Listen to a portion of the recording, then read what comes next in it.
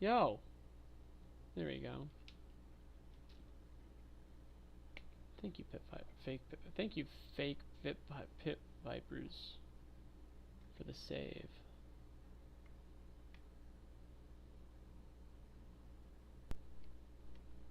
Hello? Yo! There we go! We have one concurrent viewer now. Alright, what do we want to play first, chat? Chat, what do we want to be doing? Do we want to react to some cool, awesome videos? Because I kind of do want to react to some cool, awesome videos.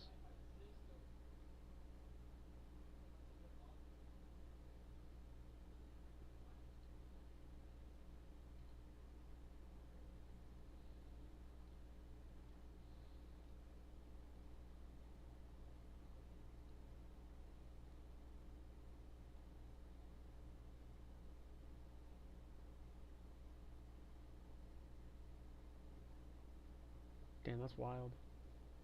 We could doom scroll. I love doom scrolling. All right, watch later, because I have a bunch of videos that I just want to watch later.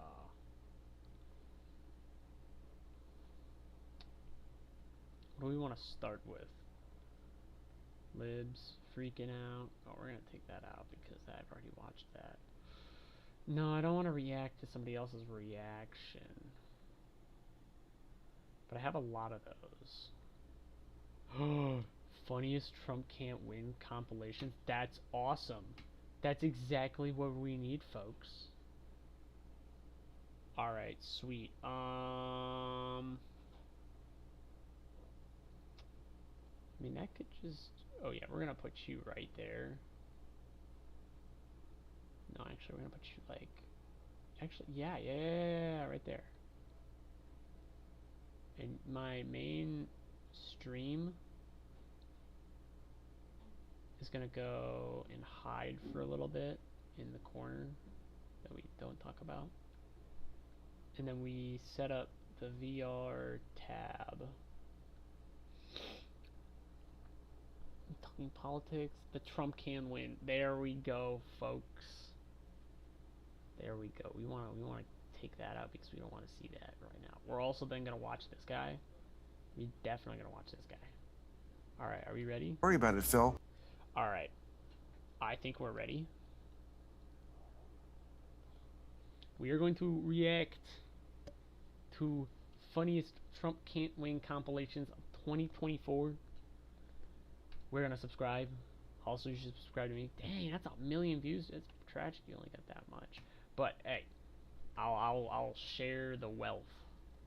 My 123 subscriber wealth. Alright, we're gonna full screen that and get right into the Because video. he's not going to win. She's going to win this. Going to take every one of the swing states. And I said, you do realize you wasted your vote, right?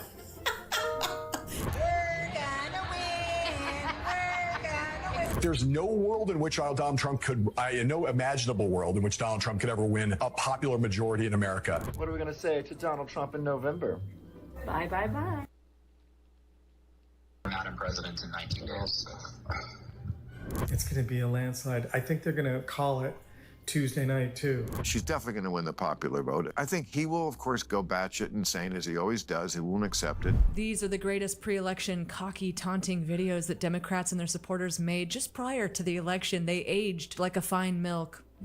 Starting with this absolutely genius poli-sci professor who taunted a minimum wage earning cashier. We're closing in on almost 5 p.m. Eastern time, and I've been tracking everything that's been going on across the country today. And my most important... This is awesome. I love watching cockiness turn into humbleness very quickly. And I have some bread. So we're gonna take a bread break. We're gonna take a little bread break. It's only been like 2 minutes into the stream, but I did a political stream on Twitch. I'm gonna upload the VOD to it. That's why I'm not gonna talk too much about the election. We're gonna try and react, and then I'm gonna play some video games because I got an afternoon off and I can stream. And it is currently November. For those of you who know what's in November, we are in November. Stay strong. So the thing is, when you look at the data, and if anybody had told you that Trump was going to lose Georgia, or no, if anybody told you that Trump was going to lose North Carolina, or really Georgia could have been placed in that batch, I would have been like, no, he's not going to lose those 2 states. He is definitely not losing Georgia, and he's definitely not losing South Carolina. Joe Biden won Georgia by the slimmest margin I have ever seen in my entire life. So that was a whole nope, that's not going to happen, because Kamala is not as strong as Biden was 4 years ago. And even the Democrats can admit that she wasn't as strong as Joe Biden 4 years ago. Because their policies kind of just didn't work during the Biden campaign. And they kind of backfired, and they didn't really help anybody. And yes, you could say, oh, but it was a global pandemic. It's like, yeah, you're right. But a global pandemic occurred 4 years ago. And it didn't occur right when Joe Biden was in office. It really occurred like in 2019. Late 2019 per se, but remember,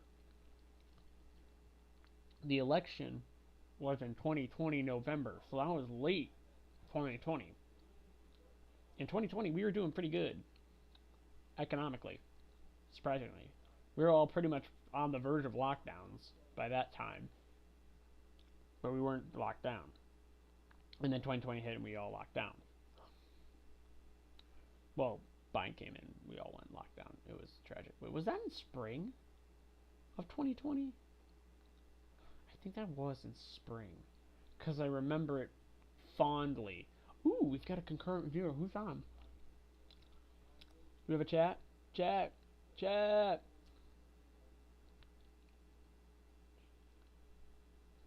Oh, I gotta sign into chat. But I remember very fondly back in the ye old 2020, and they said we were going to get an extended spring break. And I was like, sweet, extended spring break. And I'm not gonna lie to you guys, 2020 was like the best year of my life that I remember. It was the best, most unforgettable, most cherished time in my entire life. It was amazing. So this happened freshman year of high school. Now some people might be like, oh, 2020 sucked, 2020 was awful. Like, oh, I was like, well, yeah, but not for like this 16-year-old, no, 15-year-old. It did not suck for a 15-year-old. Like, you're telling me I get to get out of a final. Oh, it's cabinet picks. Oh, that's a great idea. That's a great idea. We're gonna save this for later. I'm gonna find one and I'll bring it back over.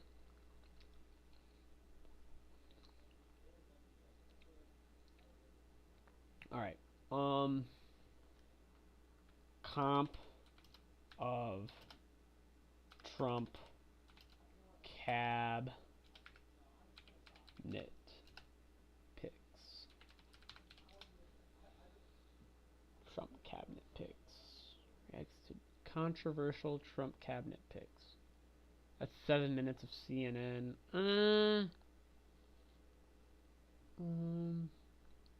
I want like an unbiased source, so I don't like. I don't really. Ooh.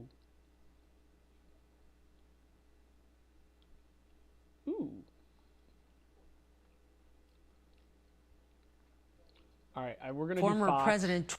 Unfortunately, I really didn't want to do like a news chase station. Wait a minute.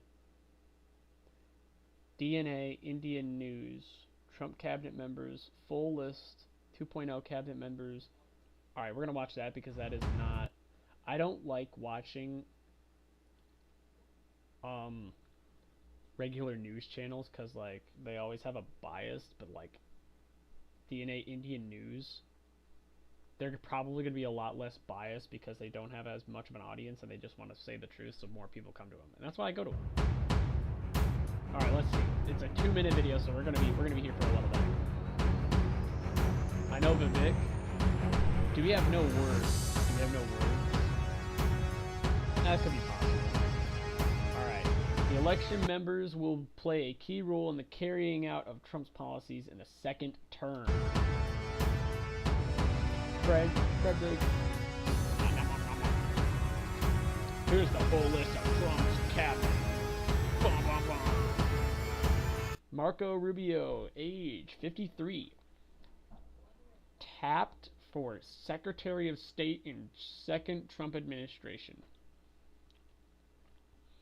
I don't know much about Marco Rubio. I've heard of his name, but I haven't. Oh my God. Okay, wait a minute. Hold on. Susie Wiles appointed the first female White House Chief of Staff. Nice.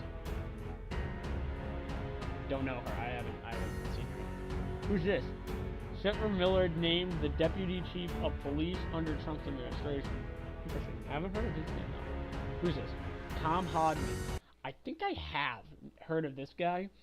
And talk about tough on immigration. This guy is the definition of tough on immigration. He is designated the border czar to oversee mass deportation. This is the guy I really want to go look at. Like the border czar.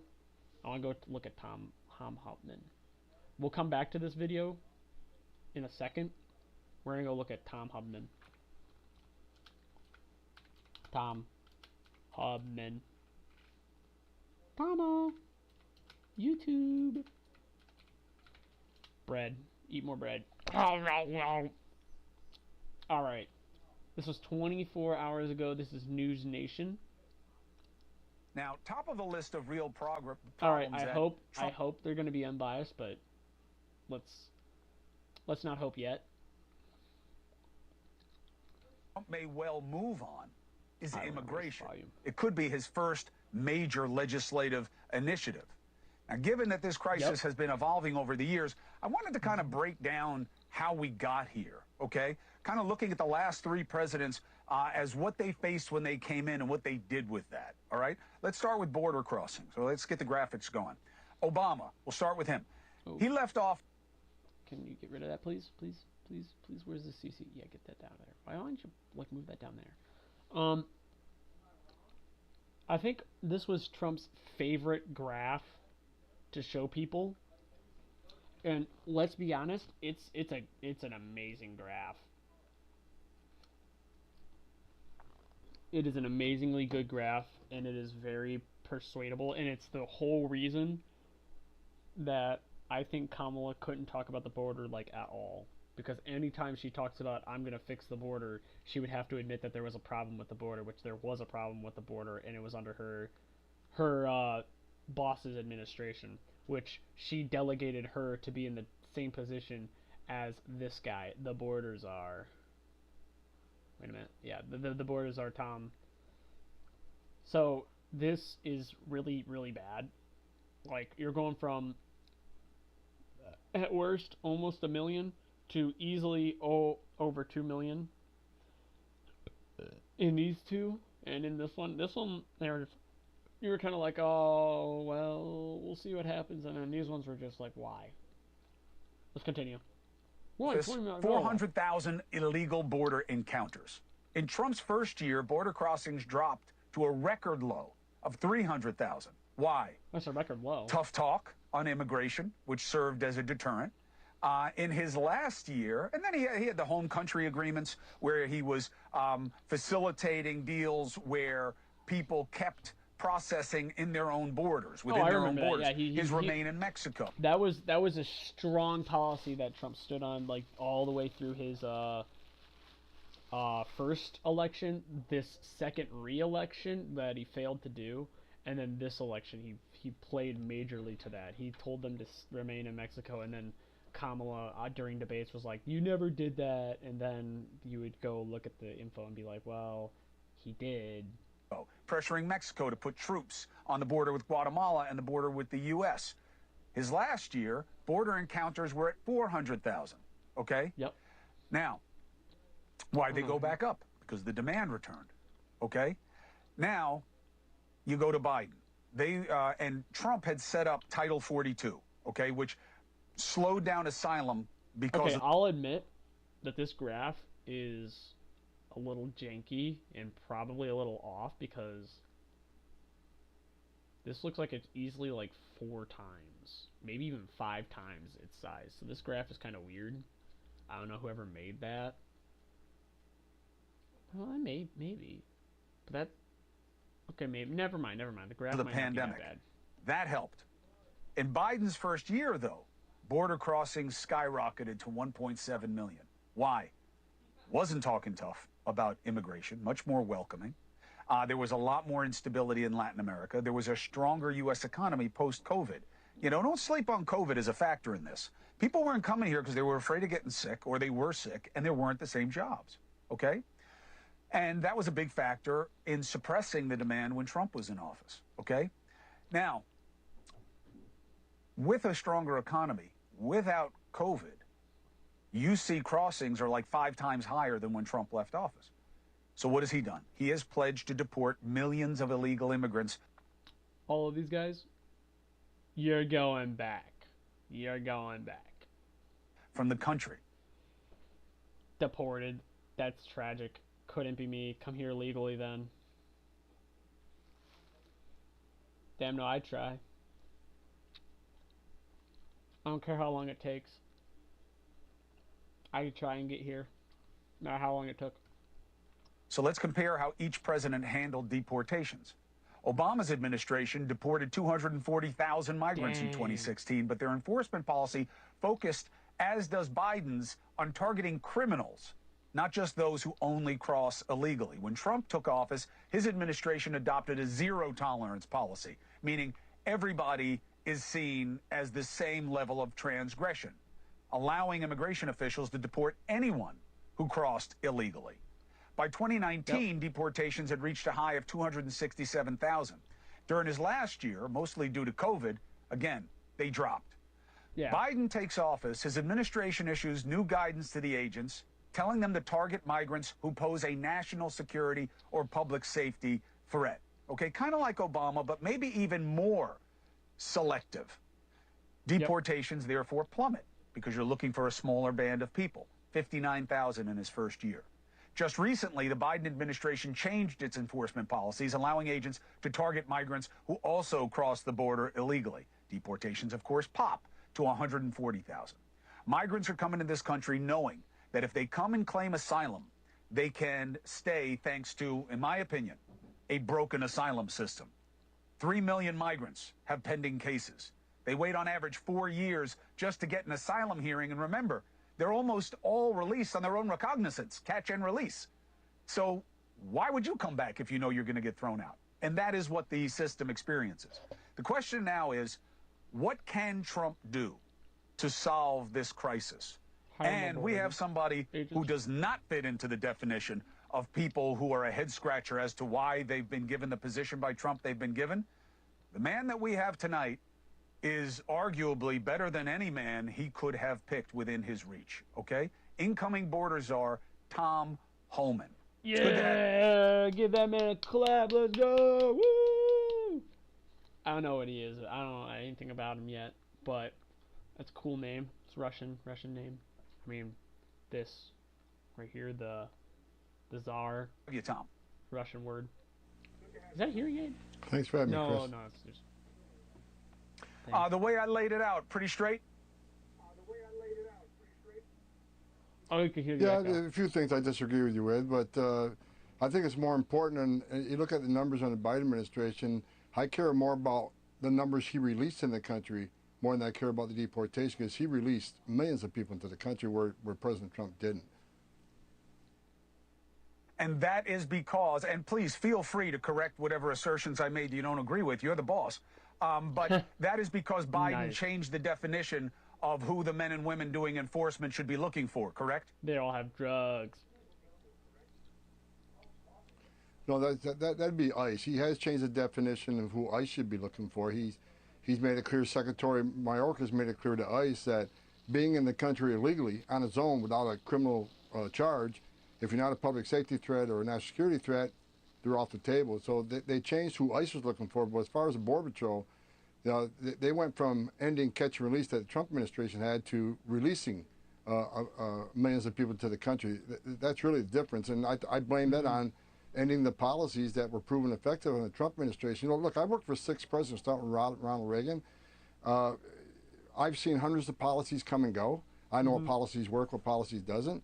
Love or hate Trump, the Remain in Mexico program was a game changer. People can still claim asylum if they wait in Mexico. That was a game changer. And after a few months, people stopped coming because when they realized they weren't going to be released in the United States, they weren't going to spend all their money giving it to the criminal cartels only to wait in Mexico. So, you know, by doing that, by moving immigration that low to a 45-year low, you know, less migrant deaths across the border, less women being sexually assaulted by the cartels. It had a really positive effect, the Remain in Mexico program. First question is personal. You did the job. You just let people or reminded people how long you did the job. You were the acting director already. You then went into retirement after doing the job for the Trump administration for a while. They had your Senate confirmation up there. You didn't have to be confirmed originally because you were next in line for the job within the same agency. They pulled the confirmation. You retired. Why are you back? Yeah, why are you back, Bob? Because I care. You know, Chris, I've done this. I started as a border patrol agent in 1984, so I know what it's like to wear that uniform. And when I joined DICE, 1989, I spent decades with ICE. I was the first ICE director that actually came up through the ranks. So the 20,000 men and women that reported to me, I never asked them or told them to do anything that I didn't do myself because I was one of them. I care. And I care because of the tragedies I've seen on the southwest border. You know, I've stood on the back of a tractor trailer with 19 dead people at my feet, including a 5-year-old little boy that baked to death. I've talked to little girls as young as 9 that were raped multiple times by a member of the cartel. And I can go on and on and on about the tragedies I've seen. I ran Operation Ice Storm in Phoenix, Arizona, where the cartels were ripping each other's house off, where they were holding illegal aliens waiting for the payment, and they're ripping each other off. And if a migrant couldn't pay his fees, they kill him. And before they kill him, they call the relative who's supposed to pay the fee, and they force him to listen, torturing the man until they came up with the fees they demanded. So out of all the tragedies I've seen, plus I love the men and women of the Border Patrol. They put their lives on the line every day. Same with ICE. This can be fixed, and we need to fix it because it's going to save American lives. It's going to save alien lives. It just makes sense. There's no downside in a secure border. Aliens. And I have arguments a lot up on Capitol Hill. Give me one downside in a secure border. What's the downside in less illegal immigration? What's the downside in less fentanyl that killed 250,000 people? What's the downside in less sex trafficking of women and children, which is up now 600%? What's the downside unless people on terrorist watch lists coming across the border? A secure border saves lives. A country can't have strong national security if we don't have border security. We got to know who's coming in, what's coming in, where it's coming in, why it's coming in. That's what national security is all about. Tom, let's deal with the supply, and then we'll get to. I think that's good enough. You're just gonna talk policies, which we already kind of know what the policies are for this guy. He's gonna be tough. Oh, he's gonna be tough. Interesting. Do we want to continue, or do we want to go to a game? 'Cause I'm feeling peckish. Start playing some video games. But I don't know what. I can't quite place my finger on what video game I'd like to play. I have been playing a lot of Total War Rome 2. It is almost 4 o'clock.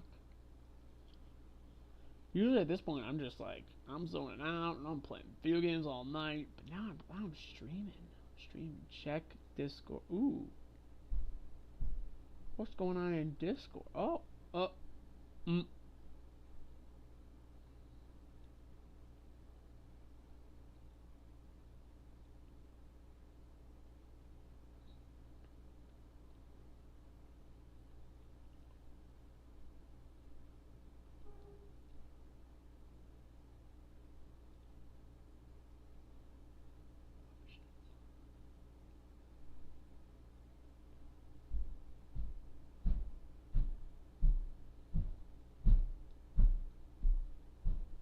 Okay, we're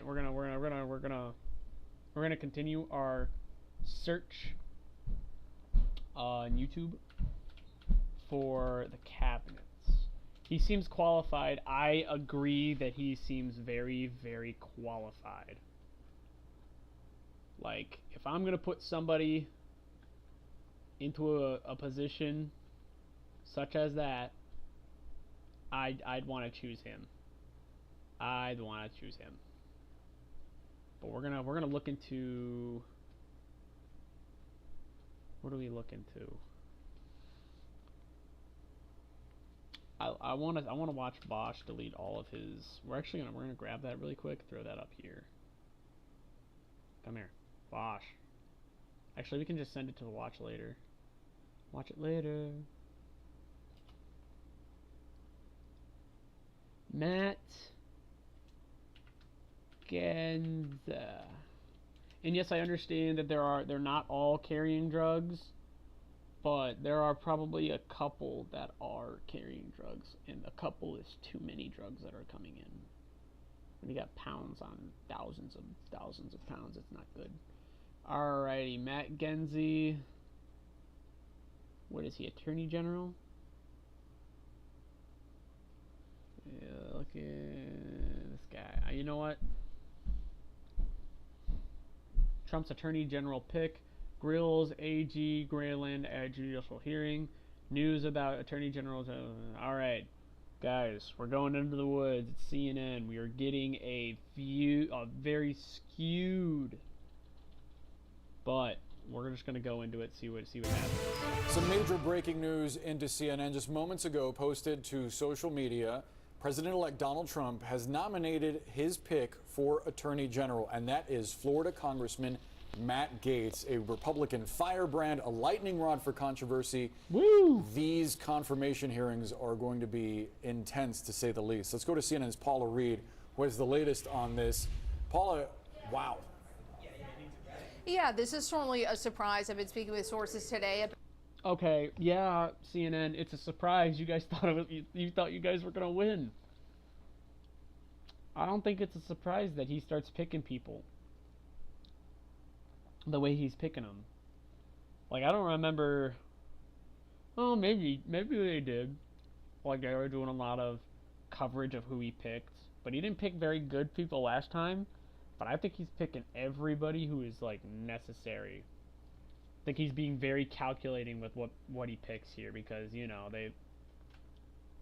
very important. About the potential options for Attorney General, and Congressman Gaetz' name has not surfaced. Now, one of the many reasons that this is surprising is that Congressman Gaetz has been under investigation previously. That investigation was closed, but he was under investigation for possible sex trafficking and possible obstruction of justice. And this was an investigation that was... Wait. I'm a streamer now. It is a great honor to announce that Congressman Matt Gaetz of Florida hereby nominated to be the Attorney General of the United States. Matt is a deeply gifted and tenacious attorney trained at the William and Mary College of Law, who has distinguished himself in Congress through his focus on achieving desperately needed reform of the Department of Justice. Few issues in America are more important than ending the partisan weaponization of our justice system. Matt will end weaponization, government, protect our borders, dismantle criminal organizations, and restore Americans' badly sheltered faith and shattered faith and confidence in the justice system and the House Judiciary Committee, which performs oversight on DOJ. Matt played a key role in defending the Russian hoax. Alright, he said that on purpose. I can guarantee you it. The hoax, which is wild, because I did hoax that. It was crazy. And exposing alarming and systematic government corruption and weaponization. He is champion for the Constitution and the rule of law. Matt will root out the system corruption of DOJ and return the department to its true mission of fighting crime. and upholding our democracy and constitution. We must have an honest, integrity, and transparent at the DOJ. Under Matt's leadership, all Americans will be proud of the Department of Justice once again. Look out. Opened during the Trump administration. It was overseen by then Trump Attorney General Bill Barr. It went on for several years. It was eventually closed. The congressman was not charged, but that is certainly something that is likely to come up during any potential confirmation hearing. He is also currently facing an ethics probe in Congress over similar conduct. Now I want to look at the Truth Social post that President-elect Trump posted. He described. So as I said, again, CNN deciding to, instead of report about, okay, why Trump might, talk about certain things, why that Trump might have picked him specifically, they immediately go to the worst of the worst. And they haven't even proven anything yet. They're just slandering this man for nothing yet. Underage girl.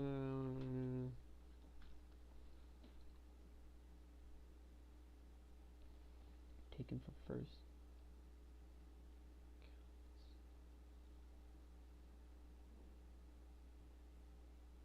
That's a serious accusation.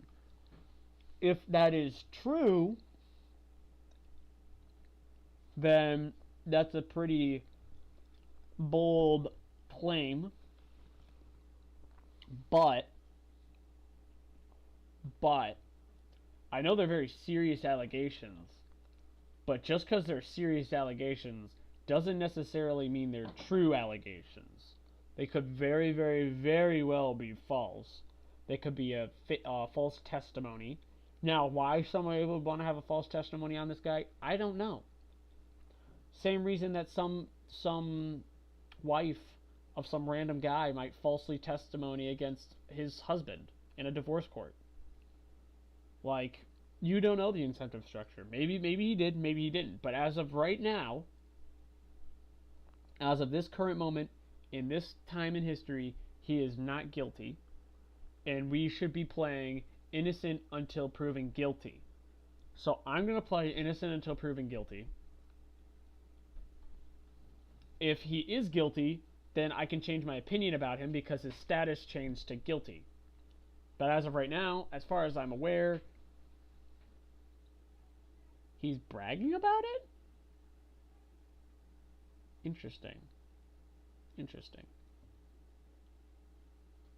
Described Congressman Gaetz as a deeply gifted and tenacious attorney trained at the College of William & Mary's Law School, who also distinguished himself in Congress through his focus on achieving desperately needed reform at the Department of Justice. Now, we know that the president-elect has been frustrated with the fact that he has been the subject of multiple criminal cases.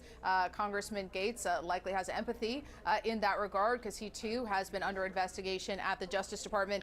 But this is certainly a surprise. He has not been among the names that have been floated by people familiar with these talks, and it's unclear if this will be a successful nomination, because again, this would be an attorney general who had within the past few years been under criminal investigation, an investigation that was started not by his political adversaries, but by the Trump-appointed Attorney General Bill Barr. So as you said when you tossed to me, this will certainly be an interesting confirmation hearing, and comes as quite a surprise even to those of us who have been talking to sources about who Trump could select for this key position. So you're saying, Paula, that as you have been... So I think that Trump's decision-making here is that he's going for people who are skilled, and he's not necessarily worrying about their background. He's just like, hey, I know you can get the job done. I don't care exactly what your history may or may not have been. As long as you don't get me in trouble right now, then we good. And you stop doing whatever, you better be innocent, pretty much, is what he's probably saying. Hey, you gotta be innocent. You better be innocent. He's sitting there like, yep, I'm innocent, I swear. We probably won't win the case, but I'm still innocent. And then Trump's like, okay, bro, we're good. Yeah. If he's guilty, he's guilty. But if he's not guilty, he's not guilty. Working your sources and reporting this out, this is a name that hadn't surfaced before now.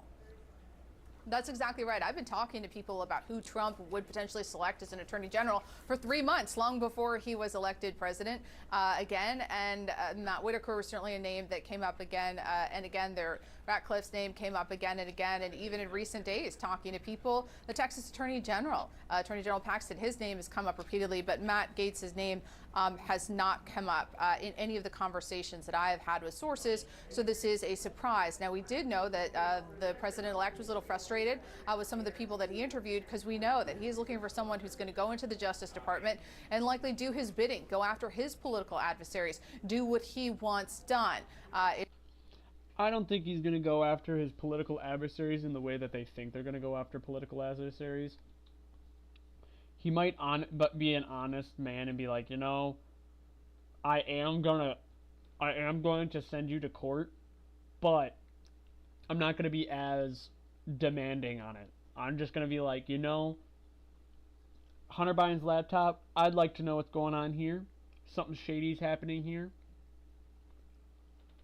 Maybe not use the Justice Department, but remember that the Justice Department has to be justice, and they can't just ignore somebody just because.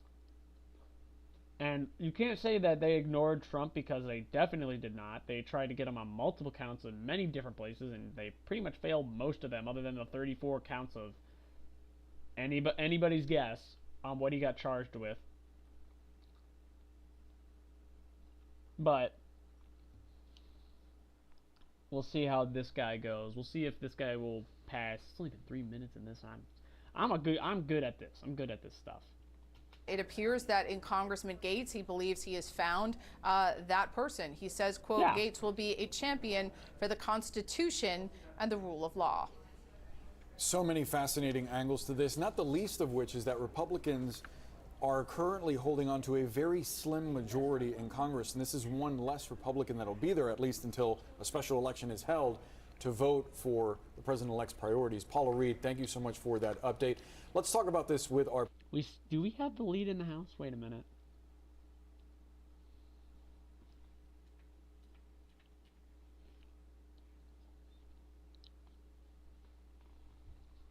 No.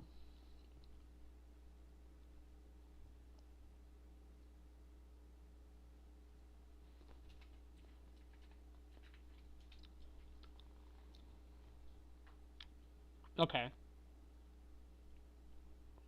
That would be wild if they actually got this. But they're gonna I don't know what constitutes a supermajority, but they're gonna have this, possibly have that. Definitely gonna have Alaska and a couple more districts of California. Which is weird, because usually California looks like New Mexico.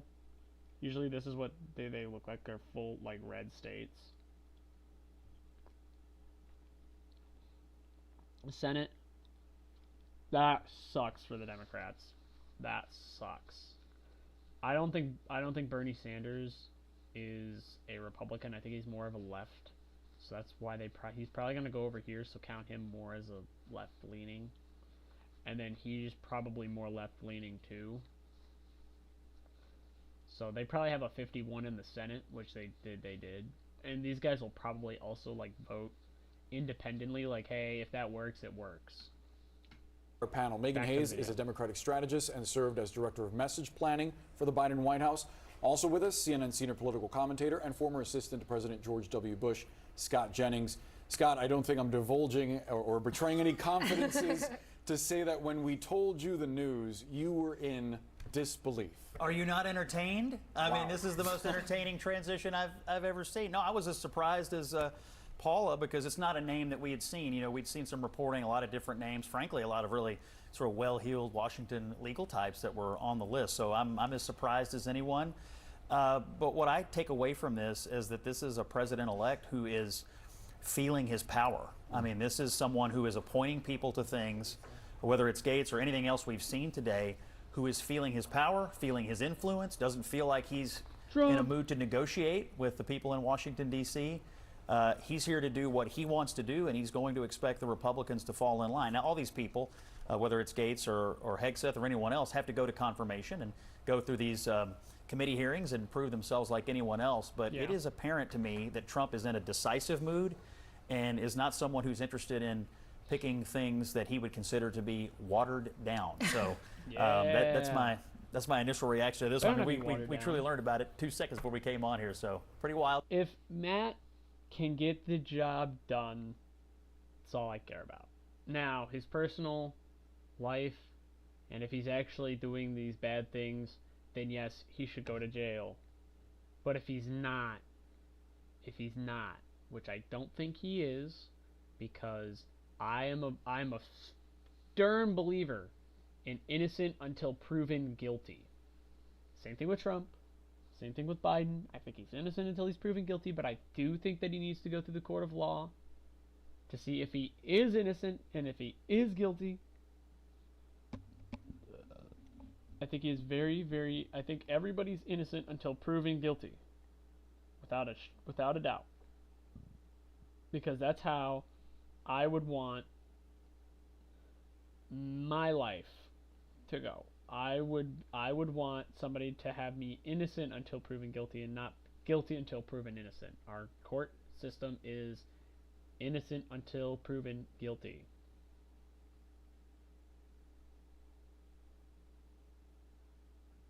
So that's just my small opinion on the court system, and I think we have been going farther and farther away from that narrative of innocent until proven guilty, which is tragic.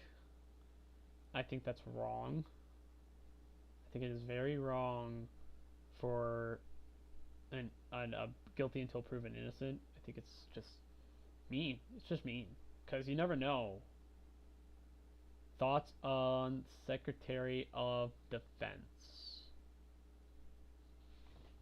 Trump's Secretary of Defense. Let's see what we've got here. Do we want to do CNN? News about Donald Trump? Ooh, this is 5 minutes ago, though. Donald Trump, Secretary of Defense. In the military, diversity is not our strength. Yeah, our strength is money. And, yeah, money. Why do we need to be diverse in a battlefield? You're all going to be sent to be killed anyway. Who really cares about diversity at the end of the day? Storm the trenches. Mark influences over Trump is tremendous right now. Well, I wouldn't say they're like, I think they're just like, he's just really smart. He's really good at business. They're both really good at business. They just talk business. Business. They stand on business. Military experts react to Trump's unexpected. This is crazy. Like, everything that Trump does is unexpected. It's so weird. It's like, well, why are you saying that everything that he does is unexpected? Like, no, it's not that unexpected.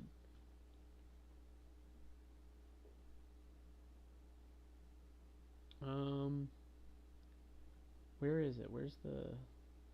Yeah, I want to watch this one. This one looks... There's an ethos change. I mean, there's a reason people don't want to serve, because they don't trust. Is this our Secretary of Defense? Possibly Secretary of Defense? Pete Hegseth, Fox News anchor, and nominated for Defense Secretary. Trust that their senior leaders are going to have their best interest in mind in combat. That's Pete Hegseth. The President-elect Trump has actually nominated him as a defense secretary. Hegseth is a Fox News anchor and war veteran as well. He says he is against DEI policies and has advocated for a stronger military, although his critics say he lacks national security experience. Here in Military City, USA, Trump's selection of Hegseth has caught the attention of area veterans. News 4's Destiny Fuller spoke with military experts and shares their thoughts on the appointment. Sweet. President-elect Donald Trump has named Fox News host and military veteran Pete Hegseth as his new Secretary of Defense for his upcoming presidential term. I love this background. This makes him feel like if you're gonna be a Secretary of Defense, this is how I want to meet you. Like, this is exactly what I want to be seeing as my Secretary of Defense. Oh, what? Back. Oh, okay. So we did win the House, by the way. We have officially won the House. Officially. And we will probably have a pretty okay majority in the House. Anyway, let's get back to this super cool scene. Exactly what I expect out of our defense secretary. That choice catching many Americans off guard. Every choice that Trump has made so far has been like, oh no, what is he doing? How could he do that? What the heck? That's so crazy. And it's like, well, my brother just said bruh, and it was perfectly timed. Exactly, bruh. It's not that crazy.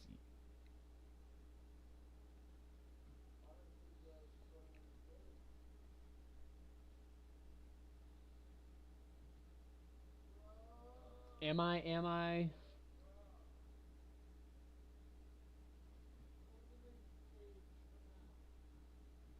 I losing my mind, or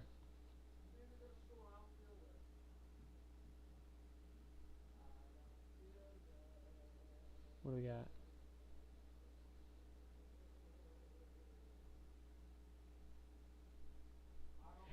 It does feel safer. It does. I will admit, it does feel safer when policies are boring. But I feel personally that I didn't vote my politicians in to watch them do nothing. We've had a politician that sat there for 4 years and pretty much did the most neutral nothings ever. And yes, I get it, it's a lot more safer, but I don't personally think that that's a good idea. Like, we are the biggest, like, why do we have to have a boring policies?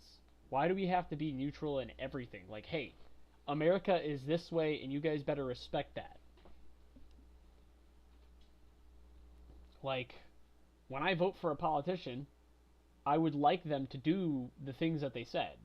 I'd like them to do something rather than do nothing. Now, I get wanting to have a more boring politician come up and do whatever and just kind of like sit there and kind of like, la-di-da, status quo.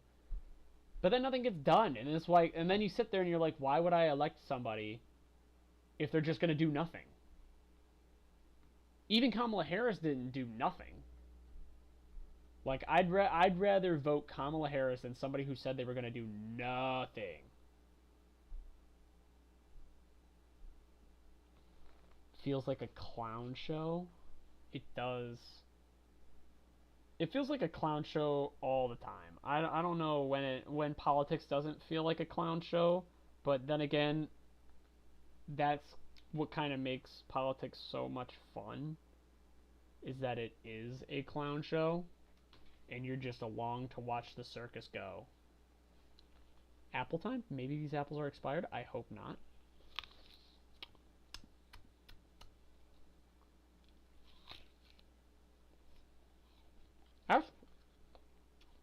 Surprising that that's not expired. Oh well.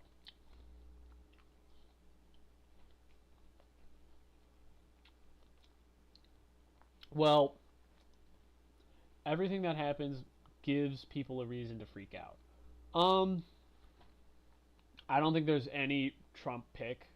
No matter what Trump does for the next 4 years, the Democrats, especially like all these like studios, all of these people,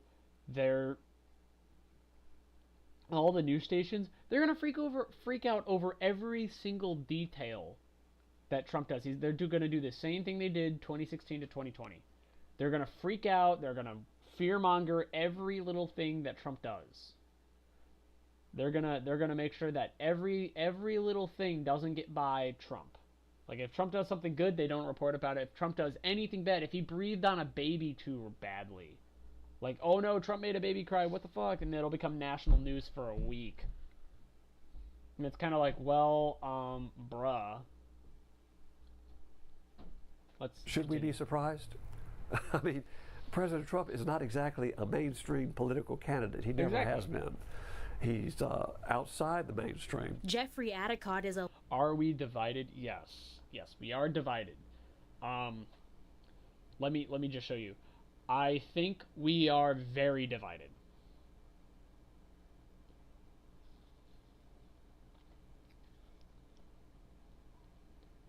Because it's divided, but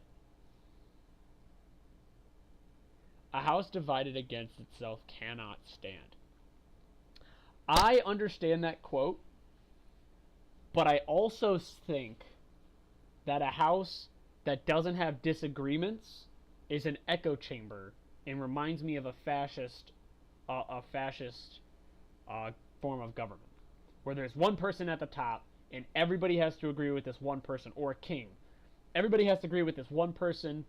So I'd say that you need to have a checks and balances with how divided are you. Now, are we divided to the point where we could have a civil war? Possibly. Not anymore. I don't think there's going to be a civil war anymore. I think the Republicans were really mad at the fact that they lost 2020, which, to be honest, there is evidence out there to suggest that there was shady business going on. And there was also evidence, there's also evidence for this election that there was attempted shady business going on but got stopped. Which, So I think the only thing that would really start a civil war, if one side felt that the election was so unbelievably stolen that they lose trust in our electoral system, which that I think would start a civil war.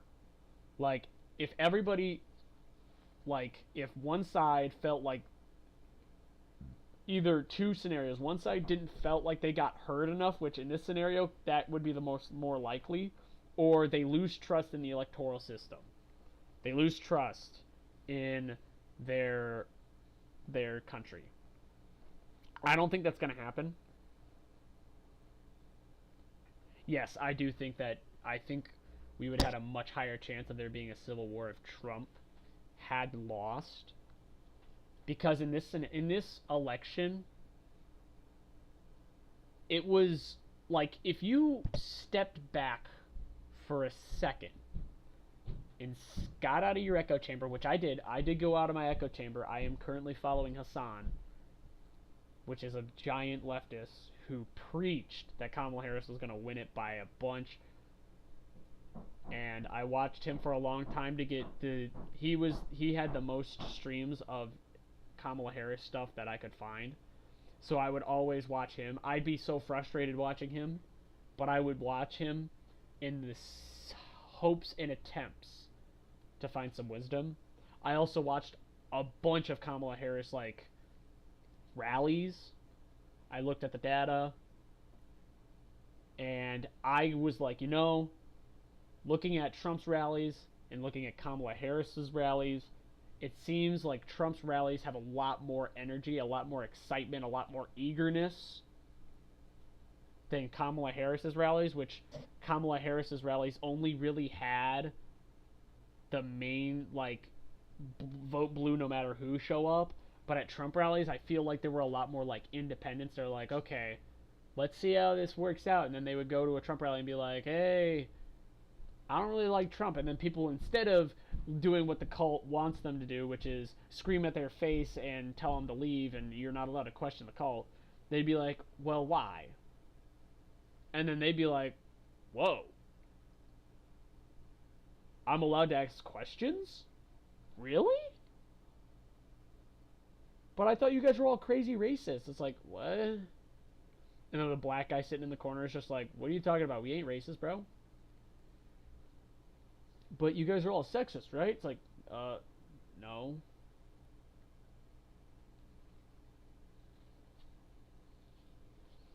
Trump losing would have been really, really bad for this country.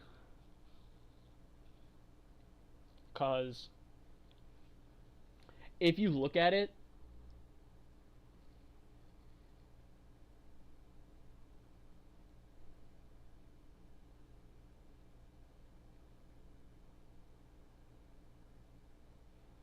he's not going to run a third term. He's openly said he's not going to run a third term. Now, is he lying?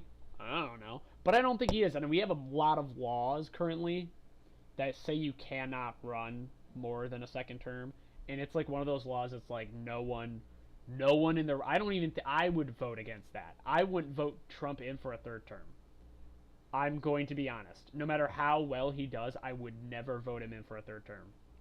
I think a lot of Republicans would agree with that. It's like, hey, you are not allowed to do that. Even if it was like a Joe Biden versus Trump next term, 2028, I'd vote Joe Biden. Unfortunately, yes, because I would not vote a third term for Trump. That goes against America. That just goes against everything that is America. Unpatriotic. I would start a campaign. That'd be the unpatriotic election. And I don't think Trump wants that. The other thing is, I don't think Trump is too young. He's not young enough to run a third term. I think he's going to be too old by the time he gets out of the third term, and he's going to have too much family. He probably will want to get out of politics. Because remember, he's a grandpa, and he's probably just going to spend the rest of his life chilling with his grandkids and watching them grow up and being an awesome grandpa. So I don't think he's got no time.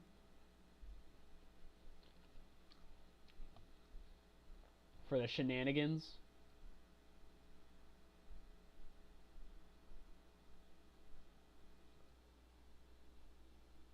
But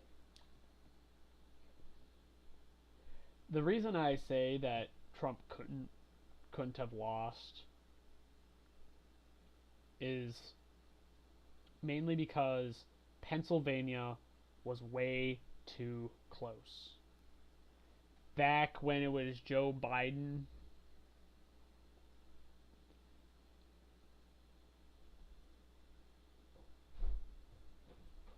yeah, I believe that the redneck MAGA racist, sexist stereotype is just because they're the loudest. I believe that. But it's also, I also remind myself that that's also sometimes how you might view a leftist. I love that red map. Huh? I love that red map. Let's look at the house. How is like whole New Mexico blue? I don't know. They've got a lot of cities. I believe that that stereotype exists because they're the loudest, but I also think that the leftists... Are you streaming? Yeah, I'm streaming. Is anybody watching? Yeah. Winfield. What is he saying? Throwing up questions so I can keep talking. You should watch, Dan. I have to write a letter. Mom might buy me a freaking thingy. What thingy? A farming simulator, steering wheel, and like little pad thingy, and like. No. Yeah. You shouldn't be spending no money. She's spending money. Why? She loves me. Christmas isn't for another month. She's not getting us any Christmas gifts. That's what she says every year, and then she gets us a bunch of Christmas gifts. Okay, what are you eating? I'm eating an apple. Why does it look like? Oh no, that is my bread. That is my bread. This is my bread. Get out of here. I also believe that there's an interesting stereotype with the leftists where you think of the screaming, blue-haired feminist. That's how most people view leftists, which in the right. It's specifically from the right, but it's kind of hard to, because it's the same reason that you always think that Trump guys are racist, is because that's all you see. That's all the media wants to report. It's the same thing with Trump. It's probably all he wants to report is that, oh, look at all these crazy people. But then again, then you go to social media and you see all those crazy blue-haired leftists, feminists screaming at the top of their lungs that we're all gonna die, and then you see all these like celebrities say that they're gonna leave the country. They're just saying, get out of my food. Did you just eat a slice of my bread? Bruh.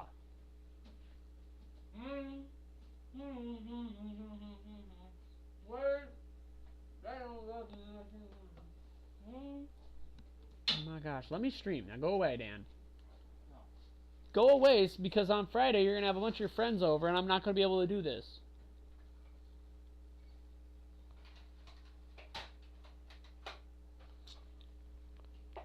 So, obviously... Why? Go away! Before I have to, like, get the parents or something. My gosh. Does mommy not show you enough love? Gosh dang. Rose attention starved.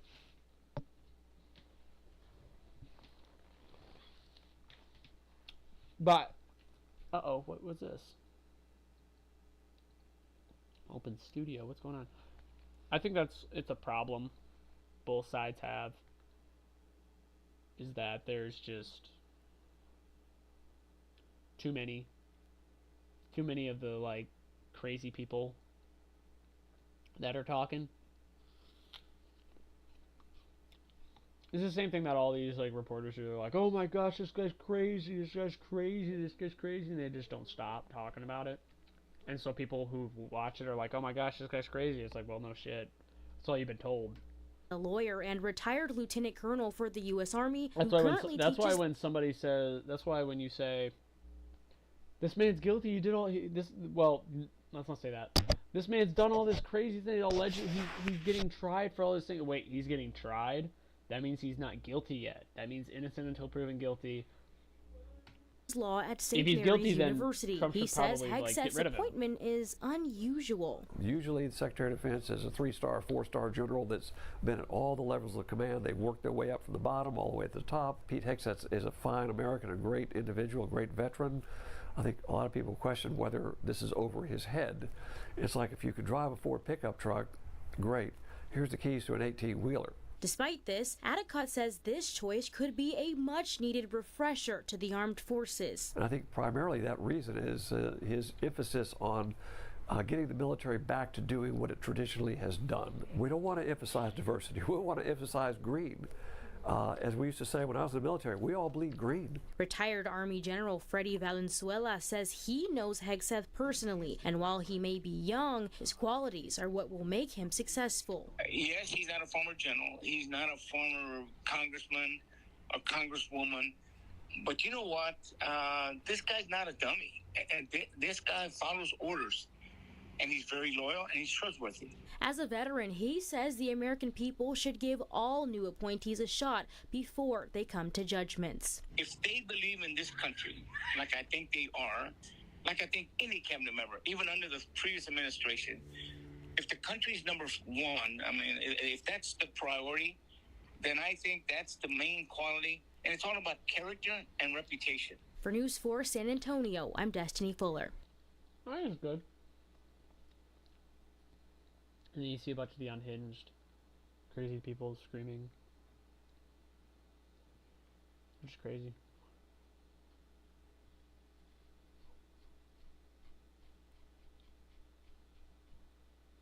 I think it's good to form your own opinions, no matter what opinions you go with.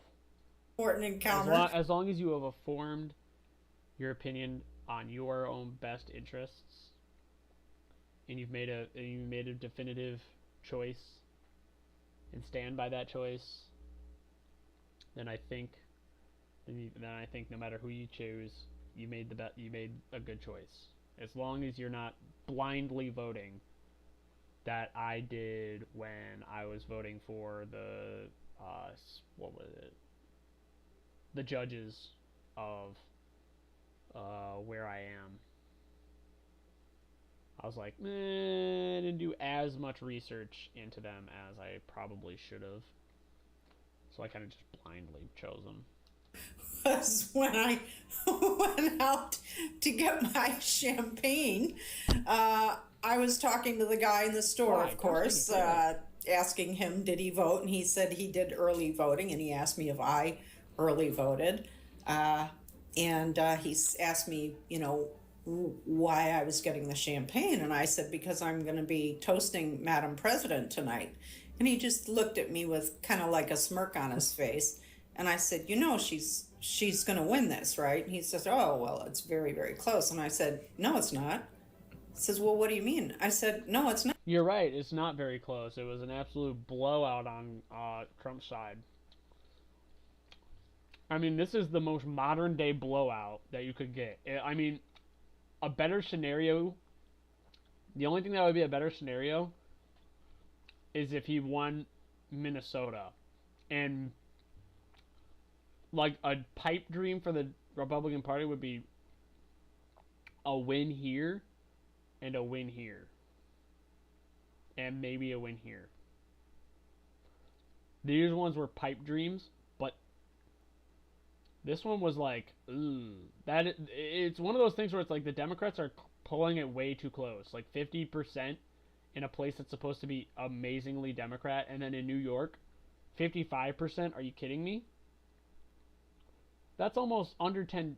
And you got this over here, it's like, this is where New York should be. It's like 20% almost. Yeah, 20%. This is where Democrats should be over here in New York, but that's not where they're at. Not. The women of America are making their voices heard. Reproductive rights is what it all comes down to, and the women are voting. Great.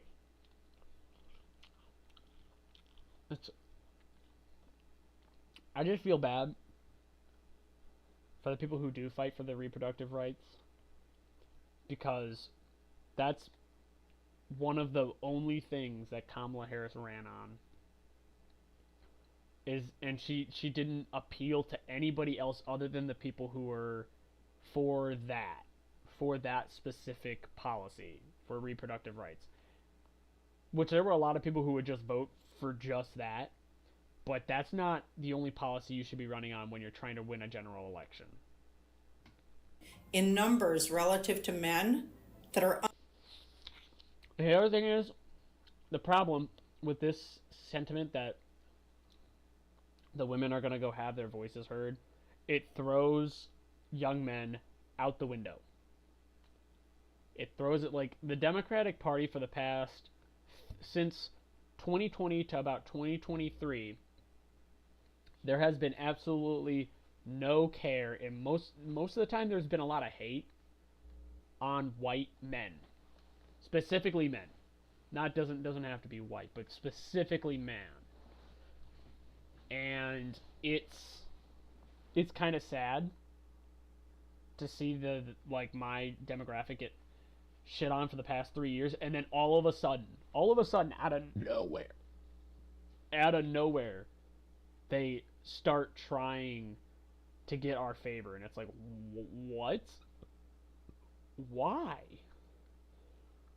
all of a sudden are you like wanting to buddy up to us? White dudes for Harris? I didn't hear that until, well, obviously until Harris decided to run, but I didn't hear anything about white dudes until they were like, oh, we're kind of losing in the you know, majority of the population is white and half of that majority is dudes. Why are we balling on them right now? Like, we could go to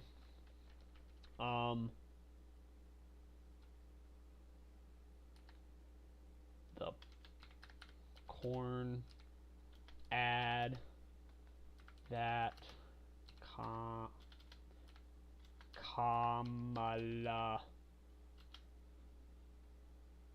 Kamala corn ad. Where is it? There is an ad. that she came out with.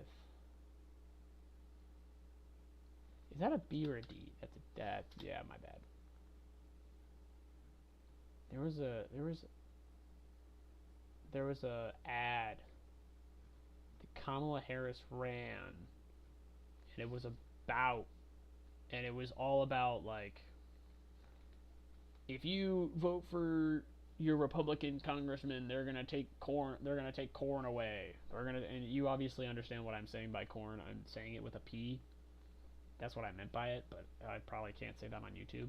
But I'm gonna take your corn away, and it's like, no, why would you do that? Pretty much an Eric Carmen, no. And it's like, what? Is that all you think of us as? Is that the only thing you care about? I feel like it was just a slap in the face.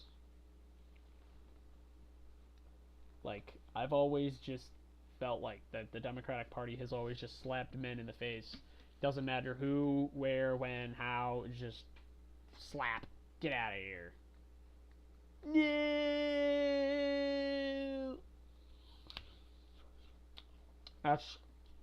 It's just a problem. And then all of a sudden, election time comes around, and they just want young men to start voting again. They're like, oh, come and join us. Sorry that we've been bashing you for the... I remember there was a YouTube, there was a View. The View was talking about, do we need... Here, I'm going to pull up the clip. Do we need men? The View. The View. Do we need men? Let's pull that up real quick. Let's see. So there's this clip going viral online of a dozen women being asked the following question. Do we need men? I think that question right there, even saying that, sucks. How long ago was that? Was this honestly 7 months ago? No wonder. No wonder they just lose the male vote. It's like... Most answered very... And they laugh. They laugh. Very quickly, no. And wild. Isn't that a wild statement? Do we need men? And for quickly, no, we don't need men.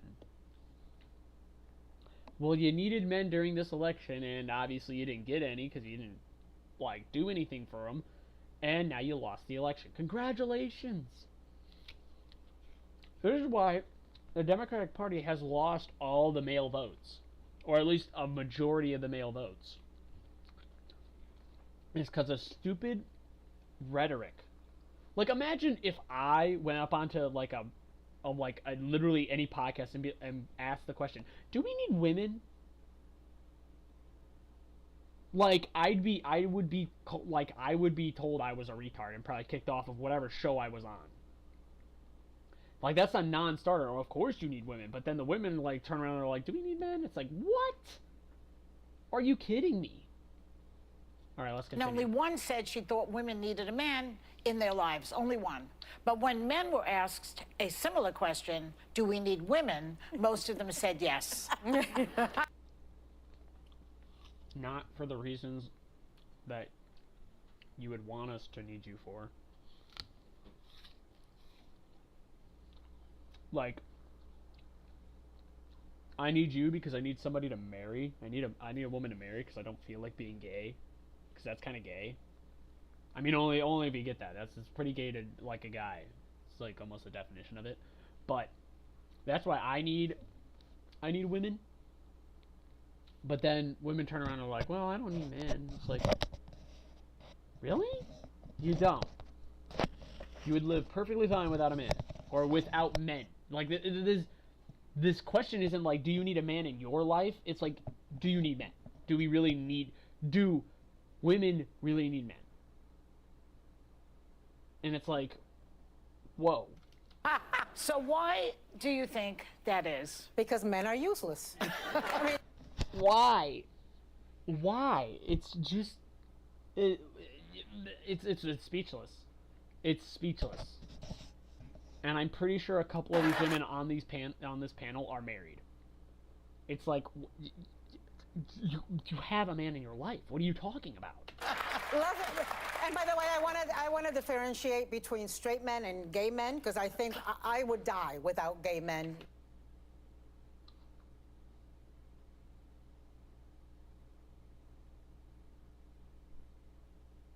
It's very true. It is gay to like a guy. Oh, but, and here we go. Straight men. We don't need straight men. We just need gay men. Wow. Just wow. Do we even get a chance? No, we don't. We're not even 30. We're not even a whole minute into this clip, and I've been hearing the most femcel, which I think is going to be a really popular word.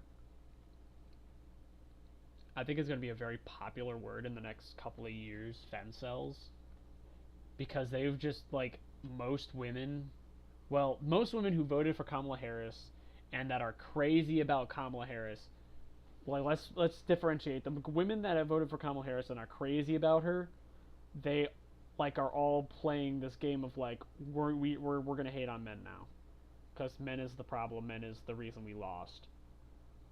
So instead of saying, hey men, I'm sorry that I hated on you for a while, this is a heartfelt apology, I shouldn't have said what I said, can you forgive me?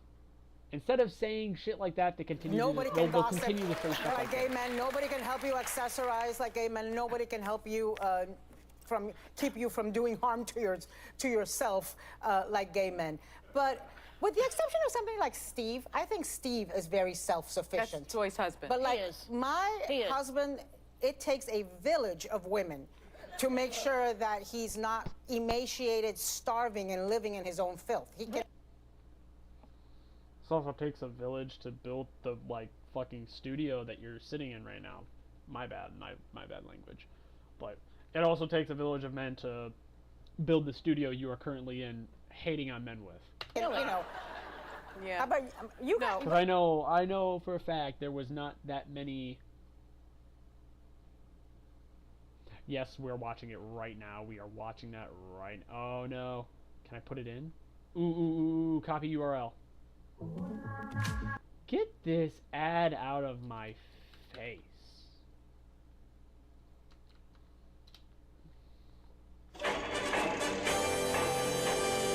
Bart, I want you to shake hands with, what's your name, fella?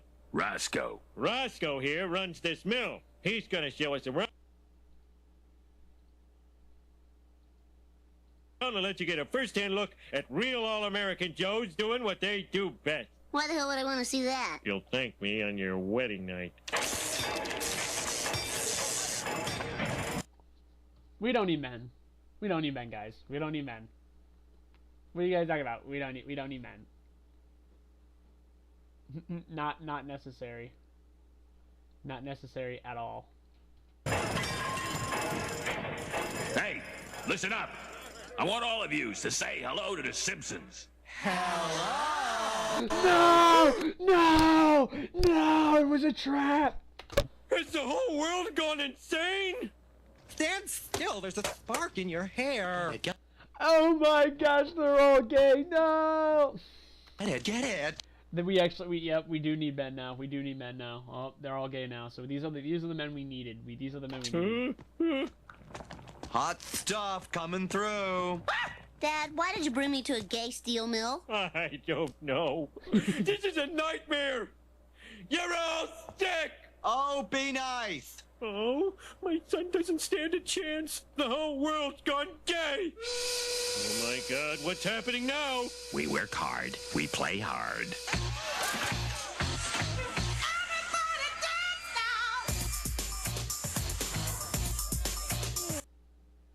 A fucking gay bar steel mill? What?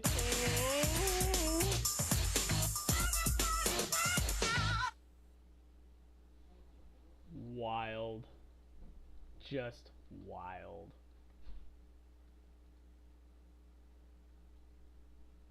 But you continue guys with feel the you guys are men married hating. to people that are more. I have Handy Manny at home. No, he fixes everything. When things go bump in the night, he's the one that goes downstairs. When there's a bug to be exterminated, he does the extermination. Nope. When there is something to be fixed, he fixes it. He throws out the trash and he Still throws no. out the recyclables. I enjoy all the man stuff. So he my, does at wait my a second. Listen, I know what you're going to say, but wait. She's really talking about a servant. Let's face it. No, it's a handyman she's talking about. No, it's a handyman. Oh, it's a handyman with benefits. We do not have. Well, but the things that you're describing, you could pay somebody to do that. We're not talking about that. What do you do that couldn't be paid for?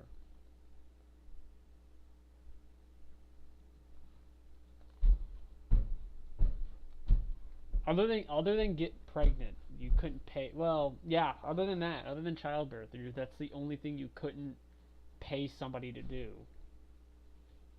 Ooh, what's this?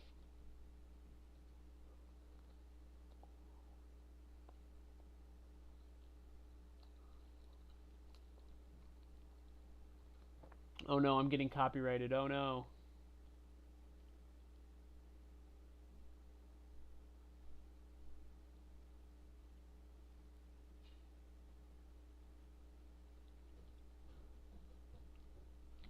Sweet.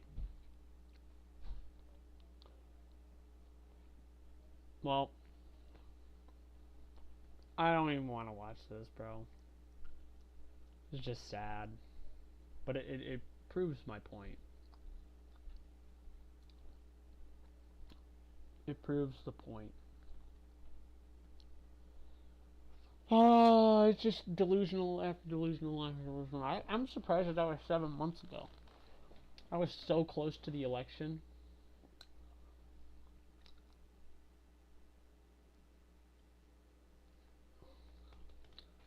Interesting. I'll probably be less free this weekend because I got work on Saturday and Sunday, unfortunately. I think, although it is time to definitely play some video games. But I don't know what. I want to play Helldivers. I want to play Hearts of Iron. I want to play this. There's a lot of wants, but I don't feel a strong urge towards any of them. And I'm not going to lie. I would very much enjoy. I'd very much enjoy just play video games. Like, I'd love to go to the Steam store and just play. Ooh, we could play Need for Speed Heat, but I'd rather not. Cause I'll play like a singular race of Need for Speed Heat and then just be done with Need for Speed Heat for the night. Cause that's just how I play Need for Speed. Whenever I have an itch to drive a car really fast, that's what I do.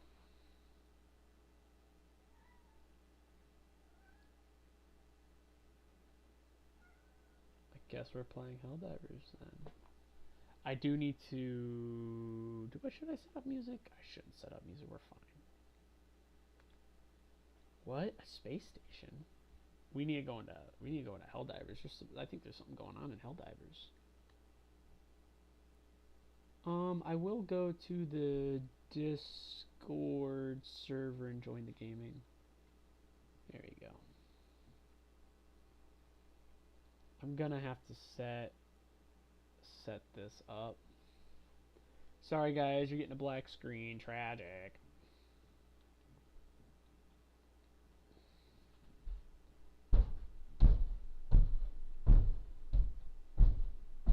Kitty, what do you want?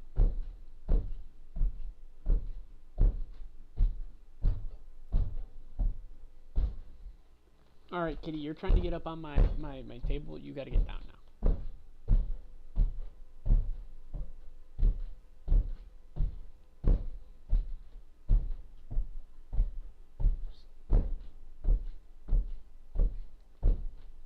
Oh shoot, I should probably set it up so that you guys can see this stream.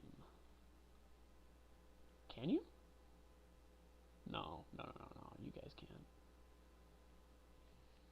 Can you?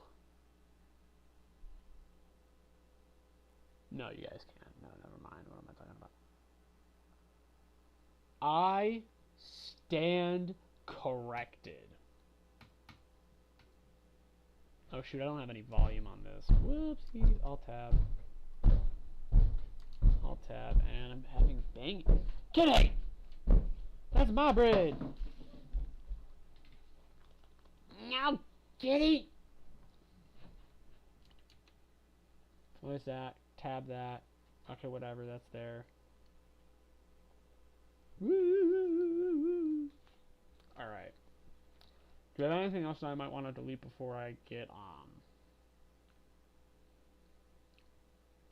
outplayed? Yeah, we're not gonna do that.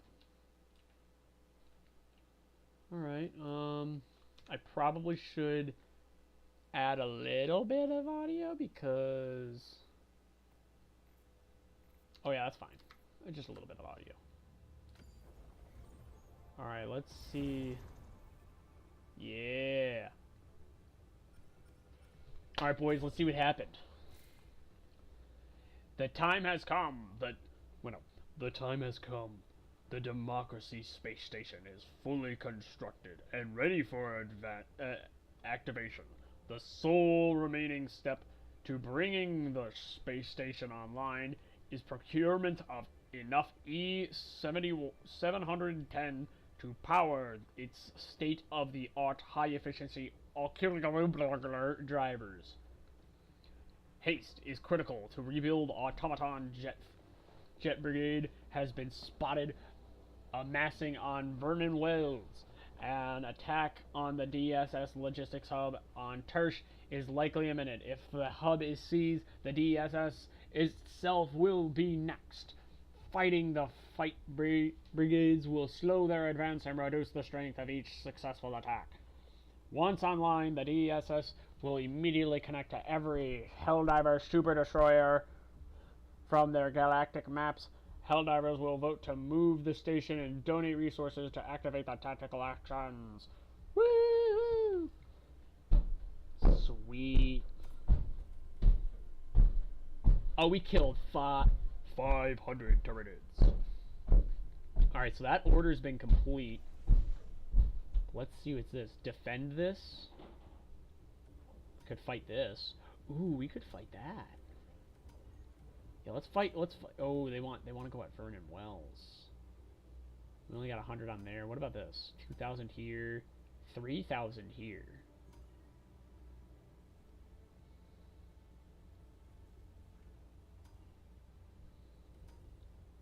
I'm gonna go here. Winfield, are you gonna get on or no? Find an opening and break their hold. If not, it's okay. I'll play a little bit while I wait. We are gonna play one operation on probably challenging.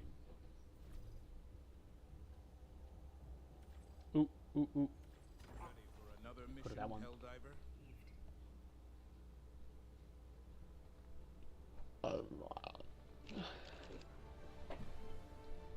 No!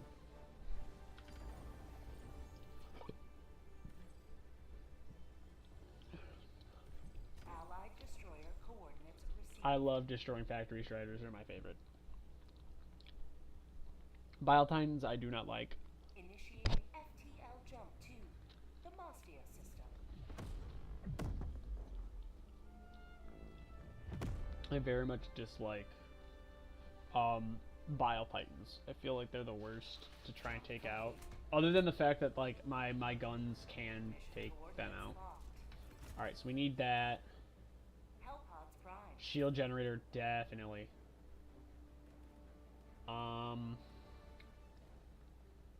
since we have that, so we're dealing with that, we're gonna get a 500 kg right on their nutsack.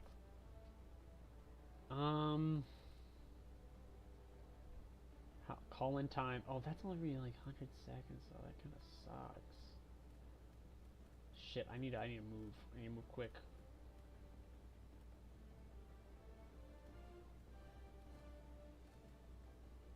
Yeah, we're gonna do that.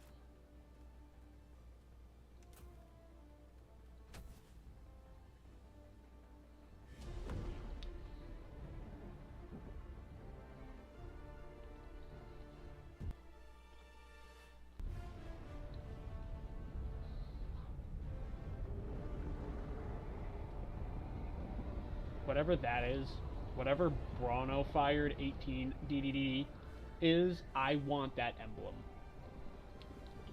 That's a cool emblem. Too bad I'm only a candidate.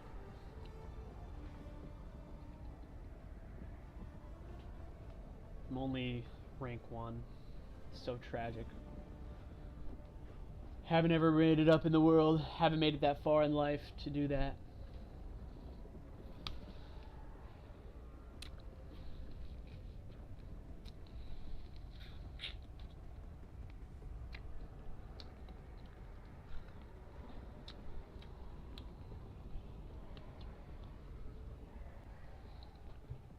Oh, they're already in. Okay. I could have waited a little longer. Sweet.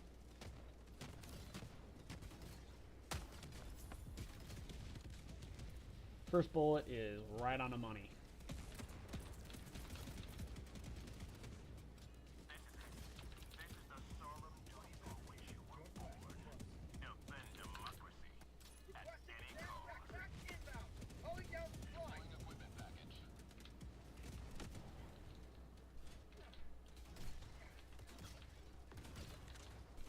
I'm always about that shield generator on these maps because I love living. Living is my favorite. Sample collected.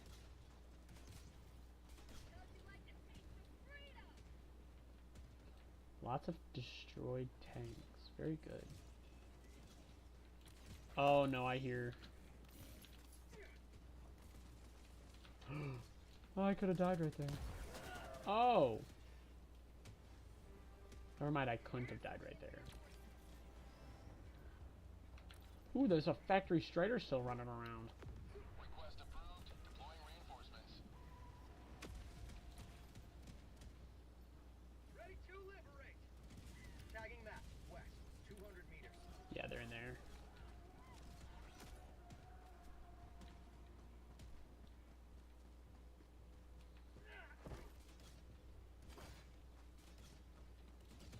Tagging location. Southwest. Don't worry, buddy. I'm on my way. Reinforcing.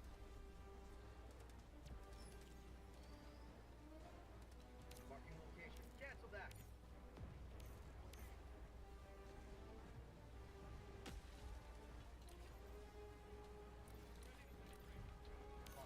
West.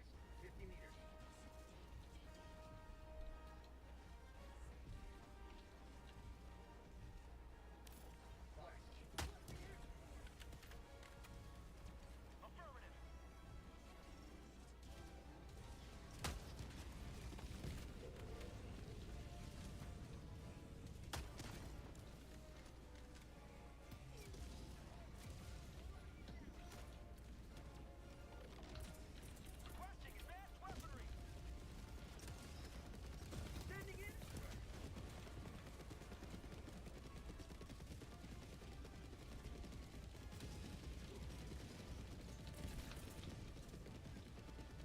Calling in orbital strike.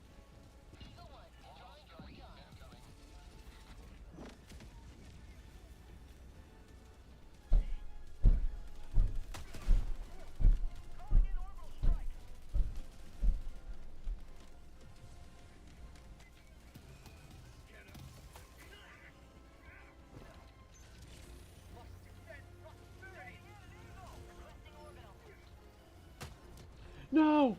Why did I miss? Shit.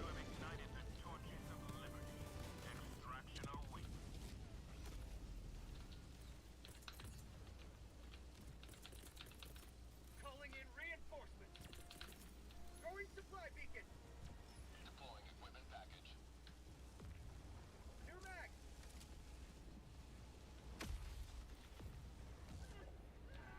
Boarding to the front.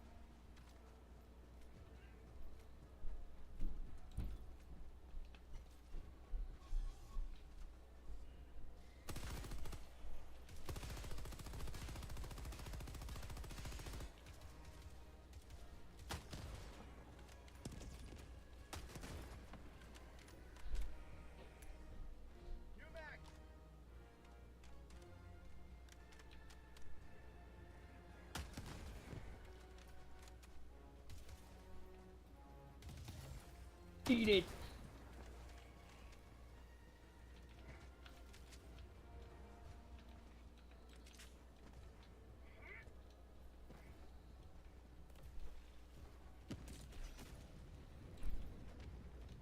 Wait a minute. Oh, this is one of the rocks, but it's not the rock.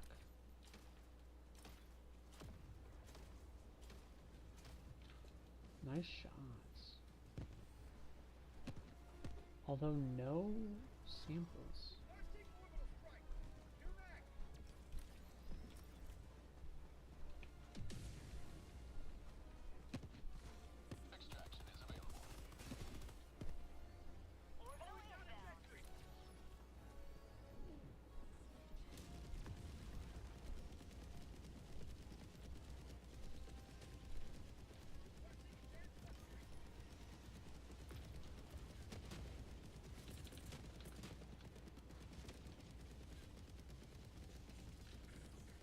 Requesting orbital strike. Orbital strike incoming. Wait.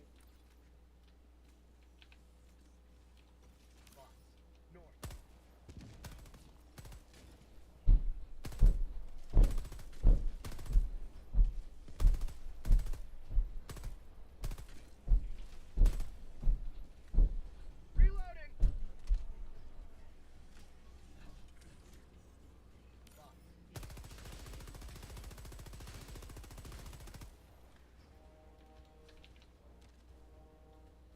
Tagging location, southeast. Enemy patrol, south. Thank you. Requesting orbital. Get some! Get some!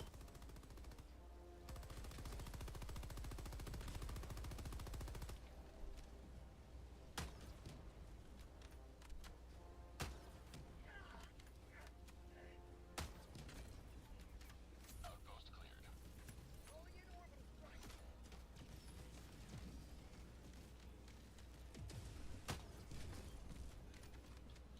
Requesting orbital. Reinforcing.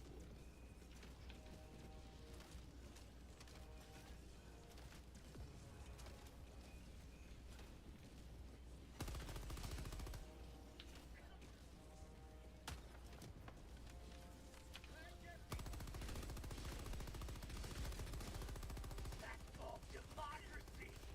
Freedom!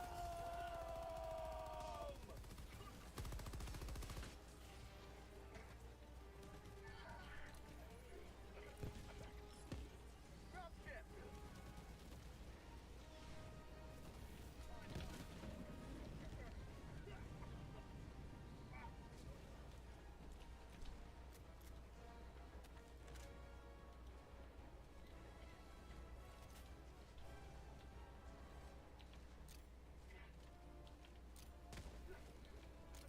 Throwing grenade. Launching sentry.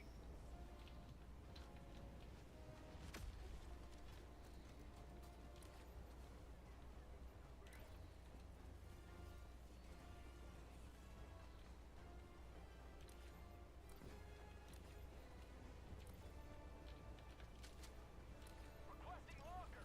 Requesting orbital strike.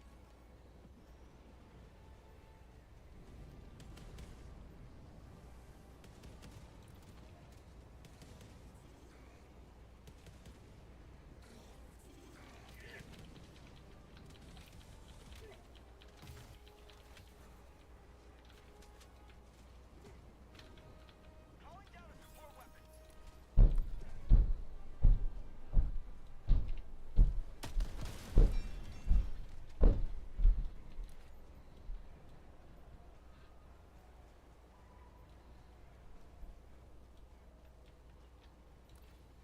This sucks. I can't see anything.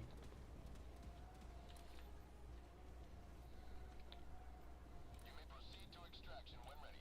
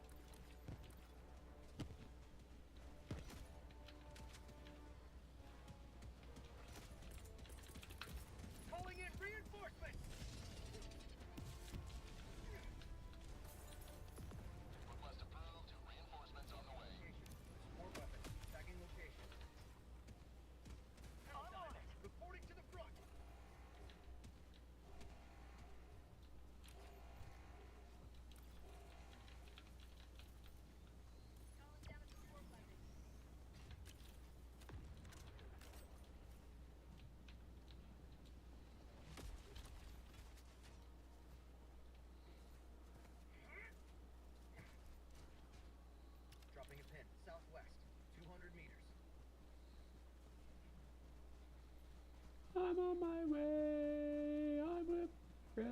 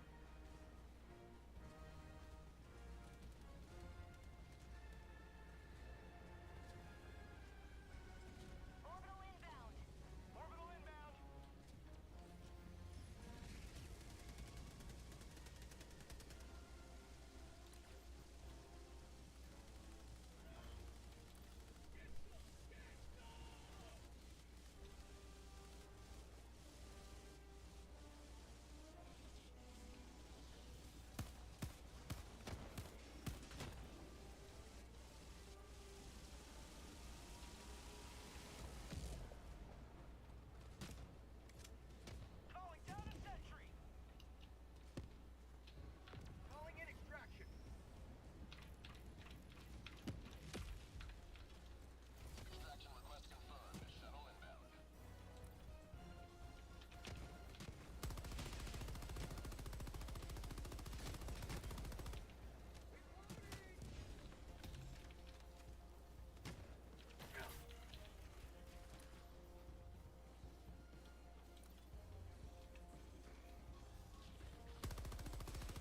How'd you like the taste of freedom?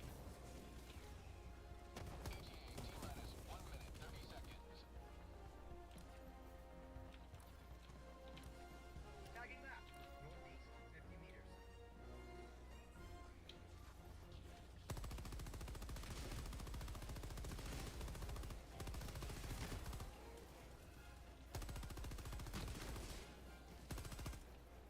Reloading! Dropship! ETA T-minus 1 minute.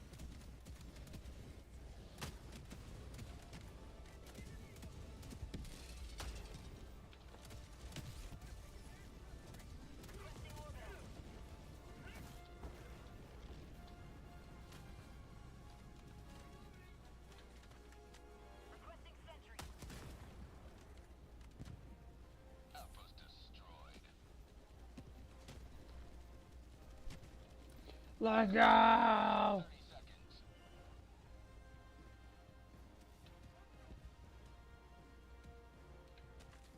I want that. ETA T-minus 20 seconds.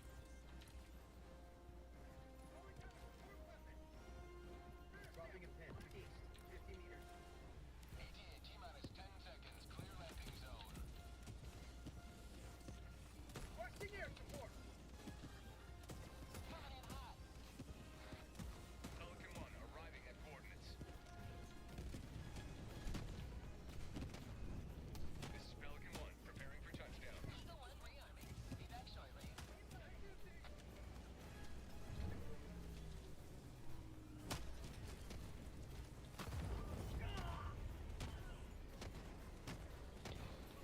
Do you see how hard I try not to die during games, and then somebody kills me last second?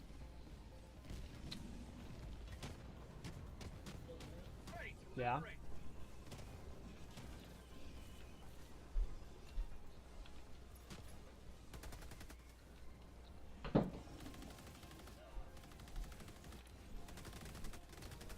Dropping a pin south, 50 meters.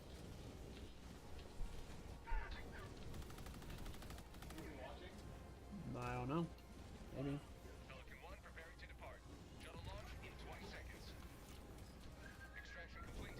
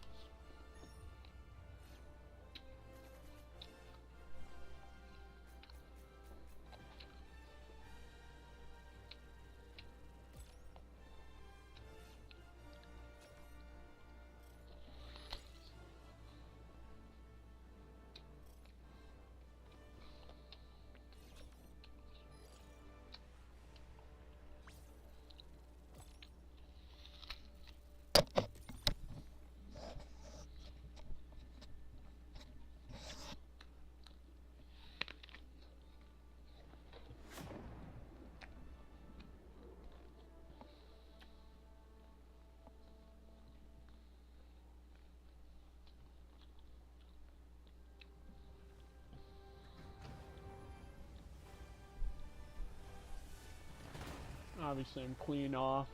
Like, nothing had even happened. Mainly due to the fact that I got killed! Shots fired, death 1. It was an accidental. These all had accidentals. Melee kills 5, time reinforced 5, friendly fire damage lit. How do you give 1500? Mission coordinates locked. Help us Kitty, locked. what are you doing? Engaging or I'm just gonna go right for the main mission and get that done with. Like, doesn't matter what these guys do, I'm just gonna do the main mission.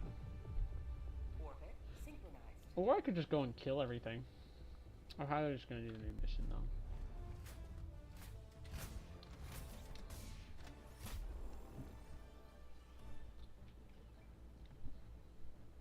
This is the Blitz Search and Destroy, so we're just gonna do the main mission and Blitz and just Search and Destroy. Allied destroyer has left squadron. What about here?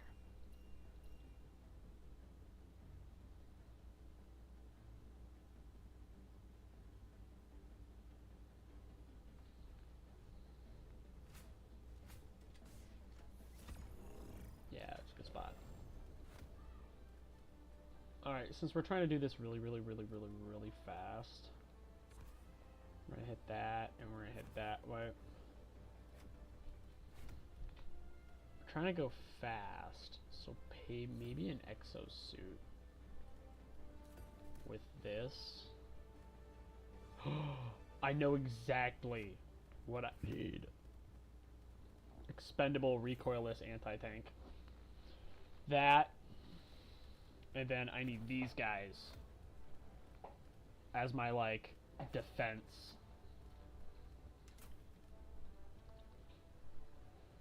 This guy's gonna be, I need to stay around this guy as much as humanly possible. Or not that guy. Definitely not standing around that guy. That guy sucks. These guys all have, like, wait a minute. If these guys are all gonna go mortars, then I'm gonna go mortars. What if I go double mortar? Ah, I can't do double mortar.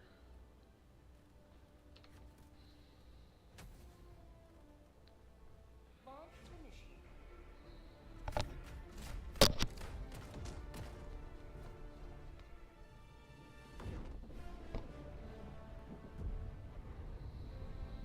Dumb cat sitting on my lap. What the heck?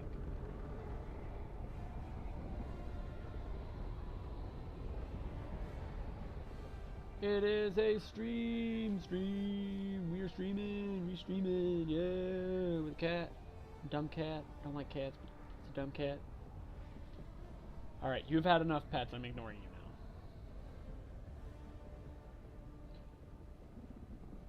Want to show how much you support capitalism? Capitalism. Go run, cat. Cat, go away.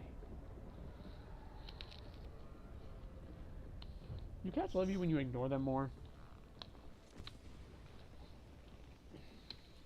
Alright, we're blitzing. This is it. This is the solemn duty for which you were born. Defend democracy at any cost. No. Oh, Nikes. Dang it, I don't have time. Watching sentry.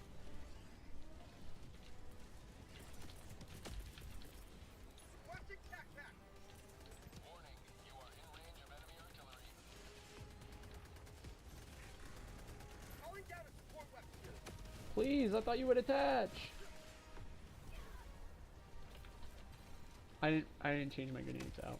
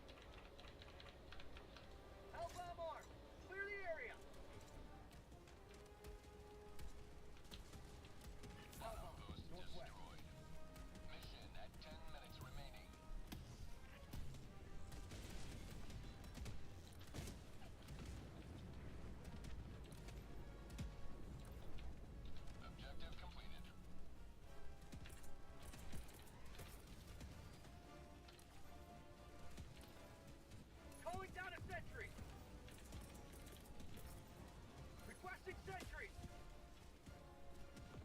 Sending down sentry. For prosperity.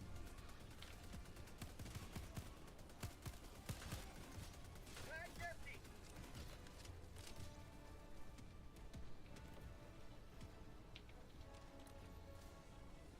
Orbital inbound. Tagging that.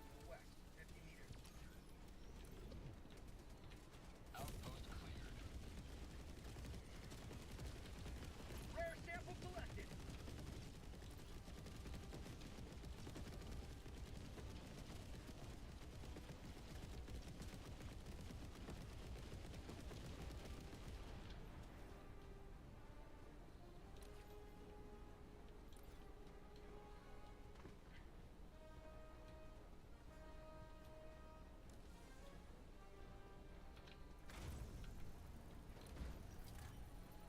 Dropping a pin, northwest, 100 meters. I got the terminal!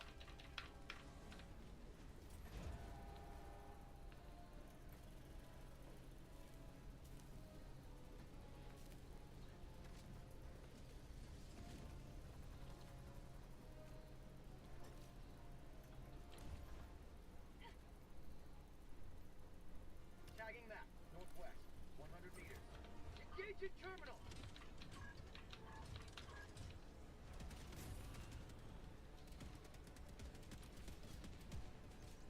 Democracy delivered.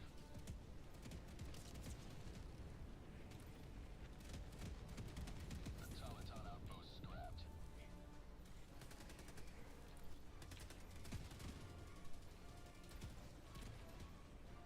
Dropping a pin. West, 200 meters. West.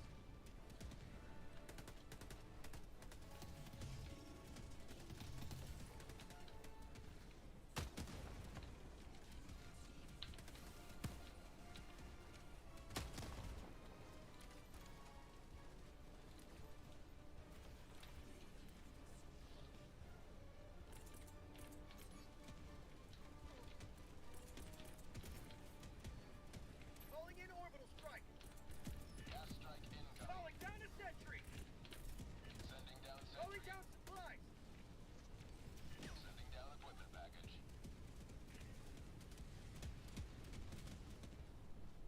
Outpost destroyed. Heavy north. On my position.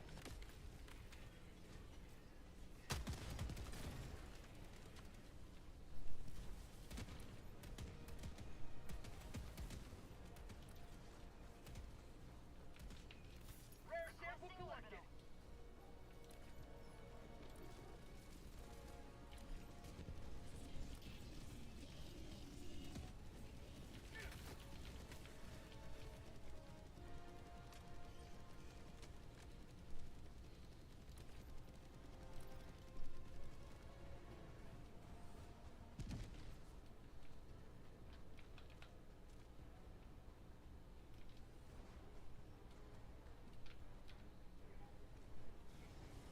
Dropships.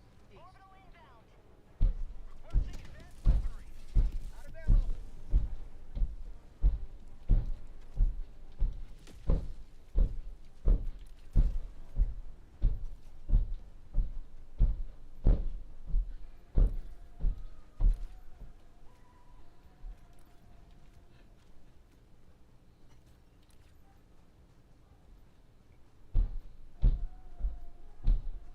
I forgot that the expendable the recoilless rifle has an ammunition backup.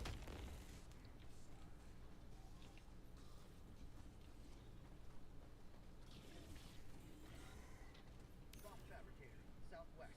Work. Outpost clear. You have accomplished liberty's will. Extract at your discretion.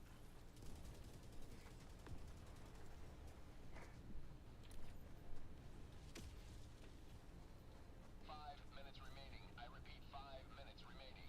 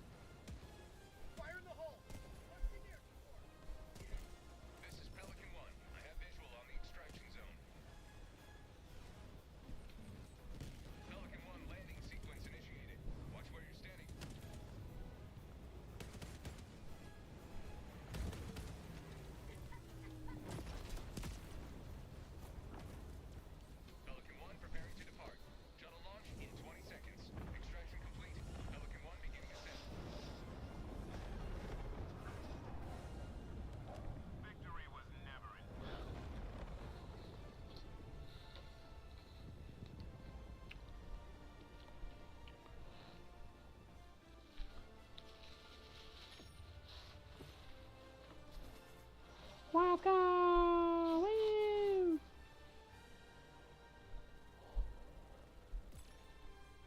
Blitz.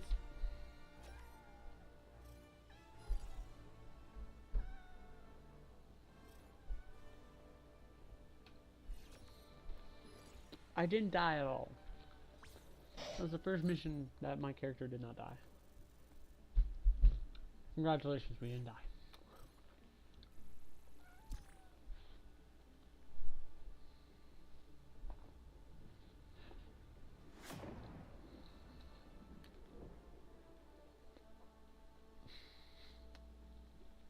Meow.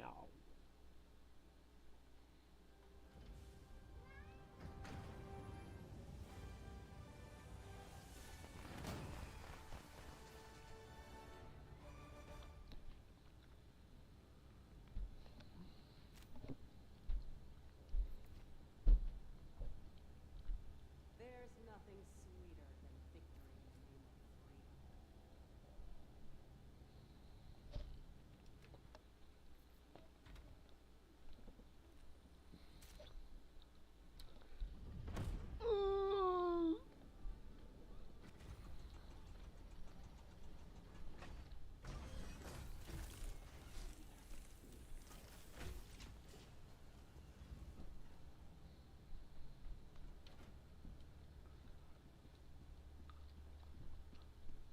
Welcome aboard, Helldiver. Now that you're here, the war is as good as won. The destroyer is mighty, but it's not Super Earth's greatest weapon. No, that is managed democracy. The one.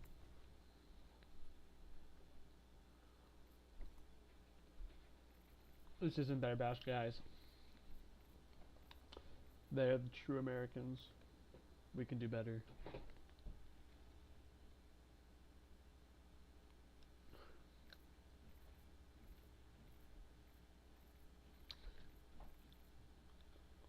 What?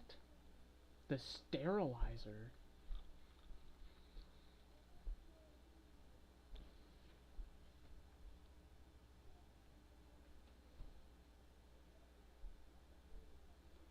It slows and watch God, dog.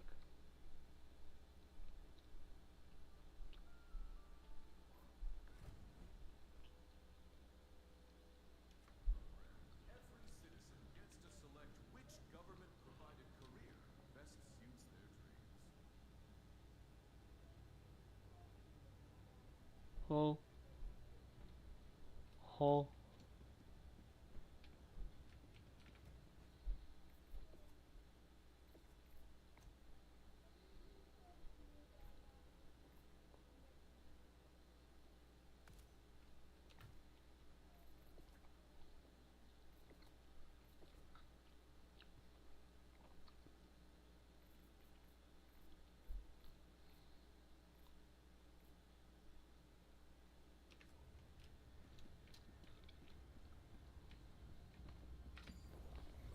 Choose where to join your fellows in righteous liberation.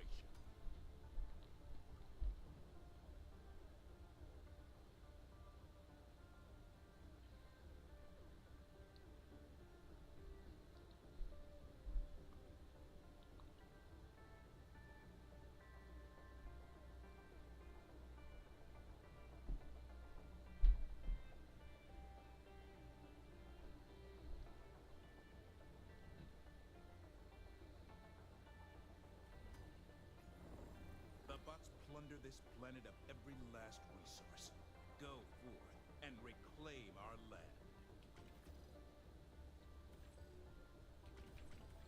Let's do a trivial mission.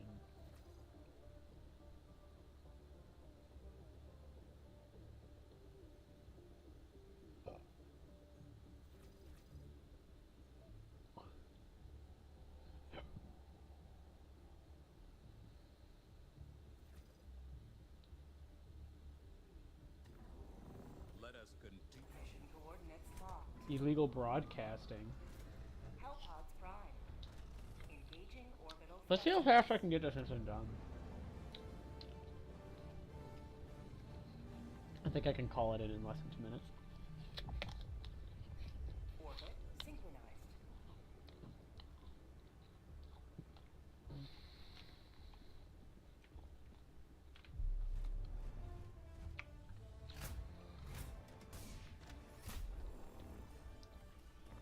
this is gonna be so quick. What do I want? Airburst.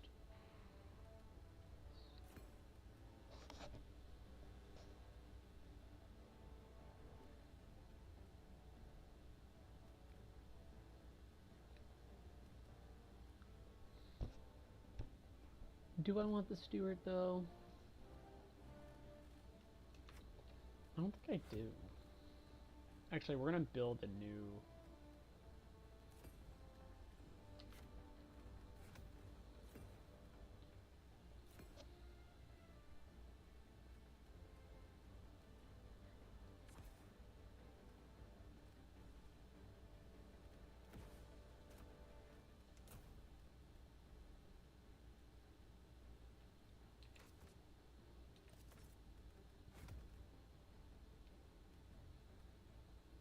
This one's good.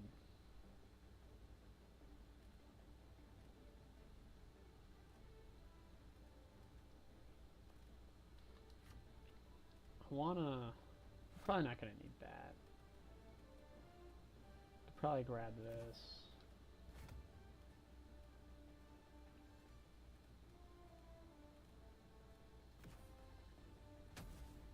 We could just go in with a Stewart.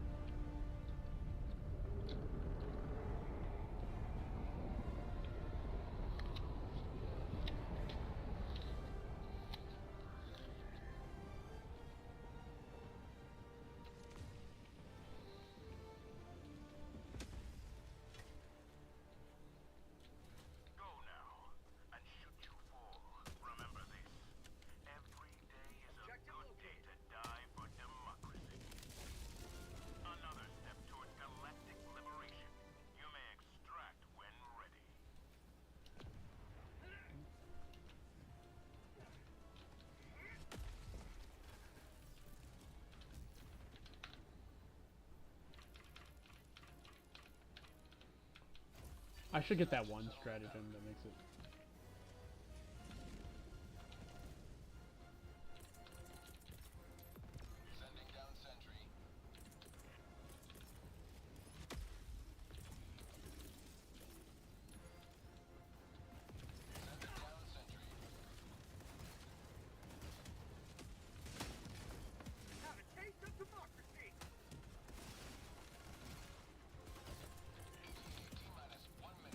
I love this.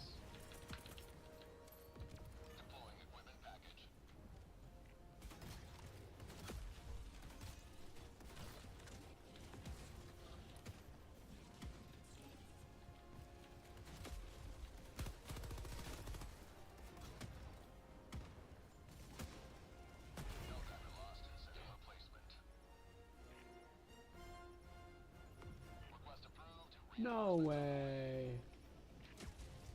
Bye bye, bro. Okay, so now we know that.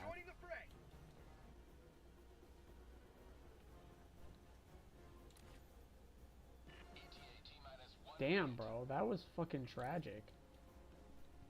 Alright, so that has told us that we're never playing with mortars again. Ever. Why did it shoot right here?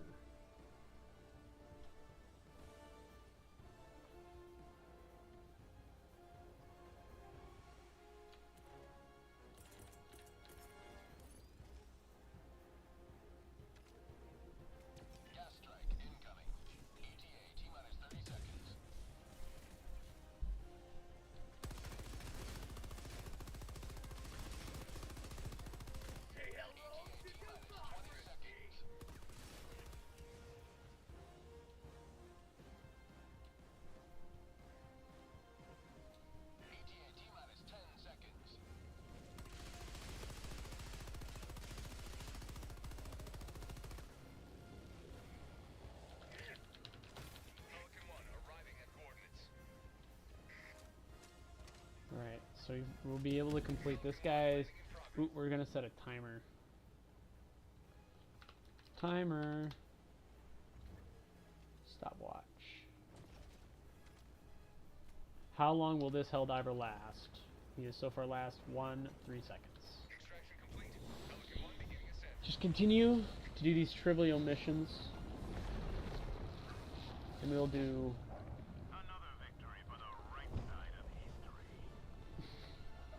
We'll see how long we can keep this guy alive. So far, we kept him alive 20 seconds.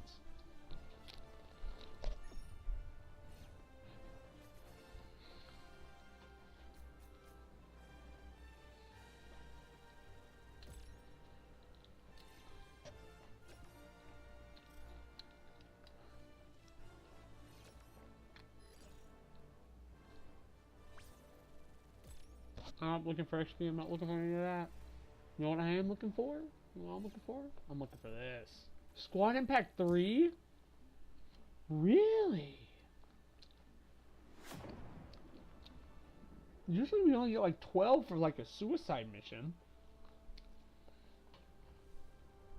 And usually a suicide mission costs like 30 minutes of your time. A full operation of a suicide mission.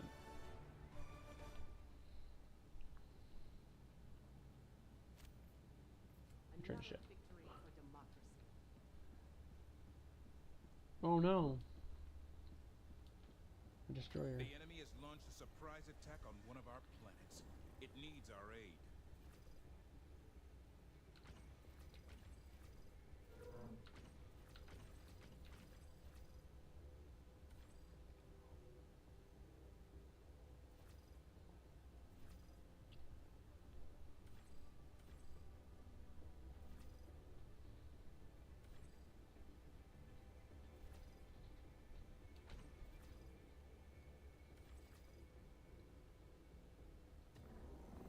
Let the enemy.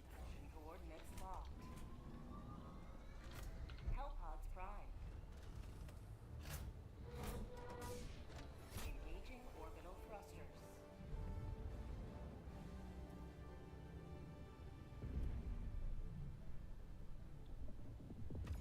Orbit synchronized. What we're gonna do.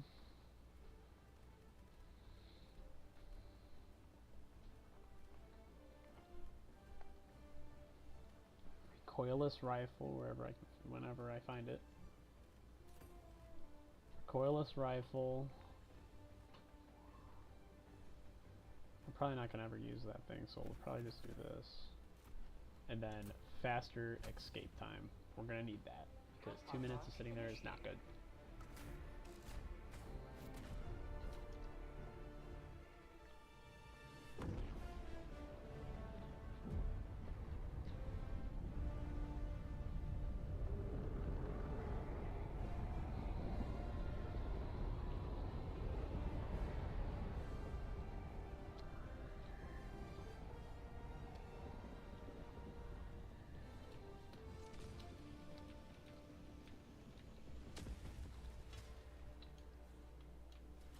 The fate of all humanity's children are in your hands.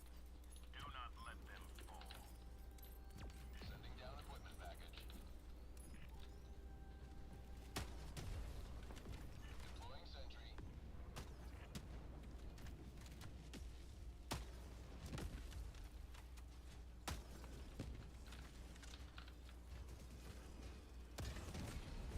Freedom triumphs over tyranny once more. The extraction shuttle awaits your request.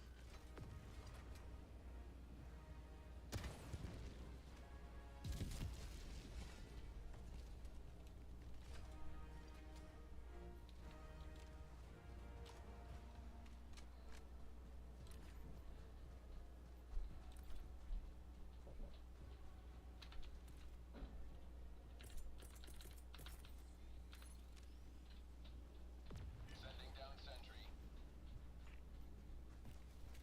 Bot outpost destroyed.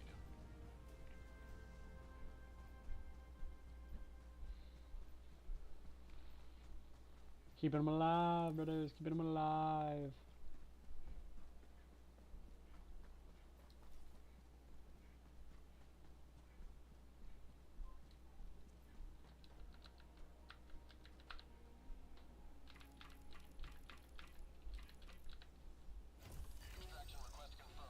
20 less seconds that I have to wait. It's perfect.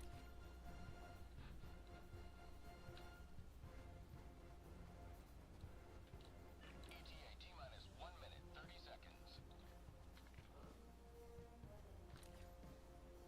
Tagging map.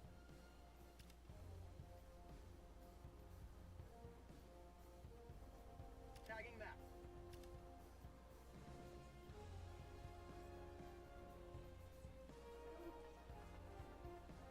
Tagging map.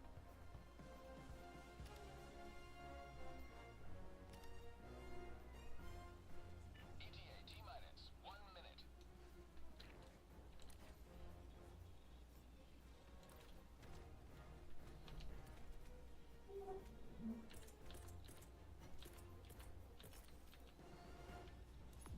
Sending down sentry.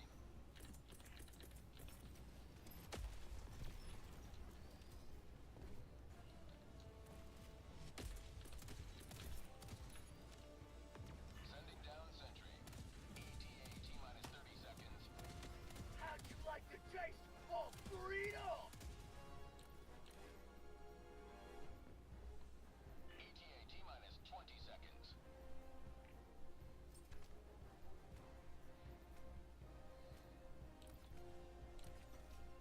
ETA T-minus 10 seconds. Clear landing zone. I'm getting on as soon as I can. If this guy doesn't like join, then that's tragic on him. This is Pelican 1. I have visual on the extraction zone.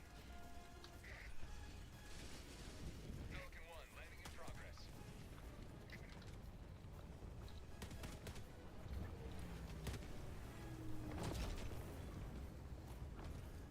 Allied destroyer joining squadron, deploying Helldiver combat zone. Stand by for takeoff. Reinforcement budget depleted.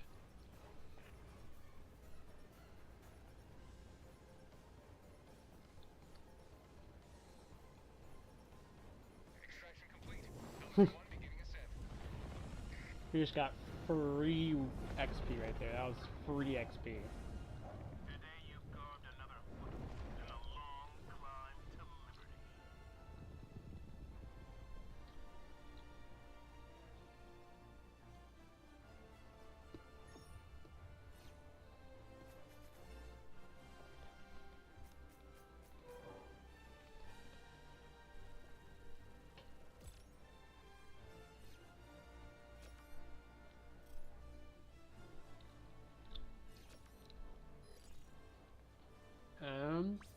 Is it 3 still?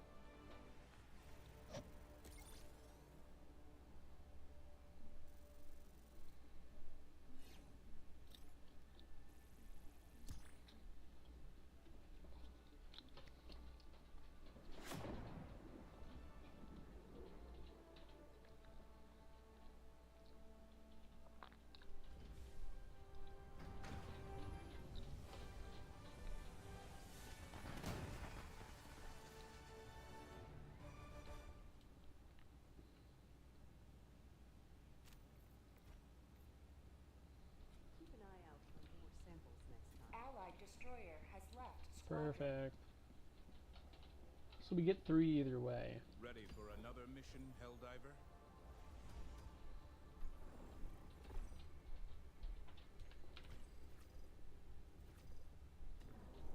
Operation. Mission coordinates locked. Hellpods prime. Engaging orbital thrusters.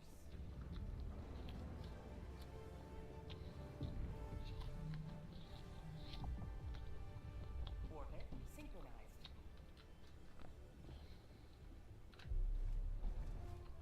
We gotta do the peacekeeping. I think I'm probably gonna end stream. Goodbye, stream.